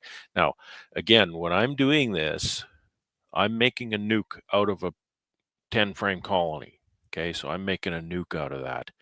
And then I do my thing. So when I bring that nuke back to the bee yard, if there's bees that fly back, I'm not going to see it because they're just going to go back to the 10-frame colony I took them from. I'm not going to notice that. I'm not going to see, hey, there's a pile of bees on the ground, right? Because I didn't take the hive away. So I don't know that they don't fly back, but I do know that the nuke doesn't depopulate. And I do know that in 23, when I made that mistake, the one pallet of nukes did depopulate because they were inside one night. The other pallet didn't. They were inside 2 nights. So, I mean, those are the things I know. And again, I didn't count them going in, and I didn't count them going out because I'm not Lloyd Harris. He counts bees, but I don't do that. Well, we've been on the air for 3 hours tonight, a little longer than normal. I'm going to go ahead and shut the chat down, and everybody's in the chat. We'll see you next Friday night at 8 p.m. Eastern Standard Time. And hopefully everybody will have a good week. Hopefully your bees will be in good shape, even though it's going to be cold wherever you're living at, depending on whether you're in the deep south or not. So good night, everyone. Good night, everybody.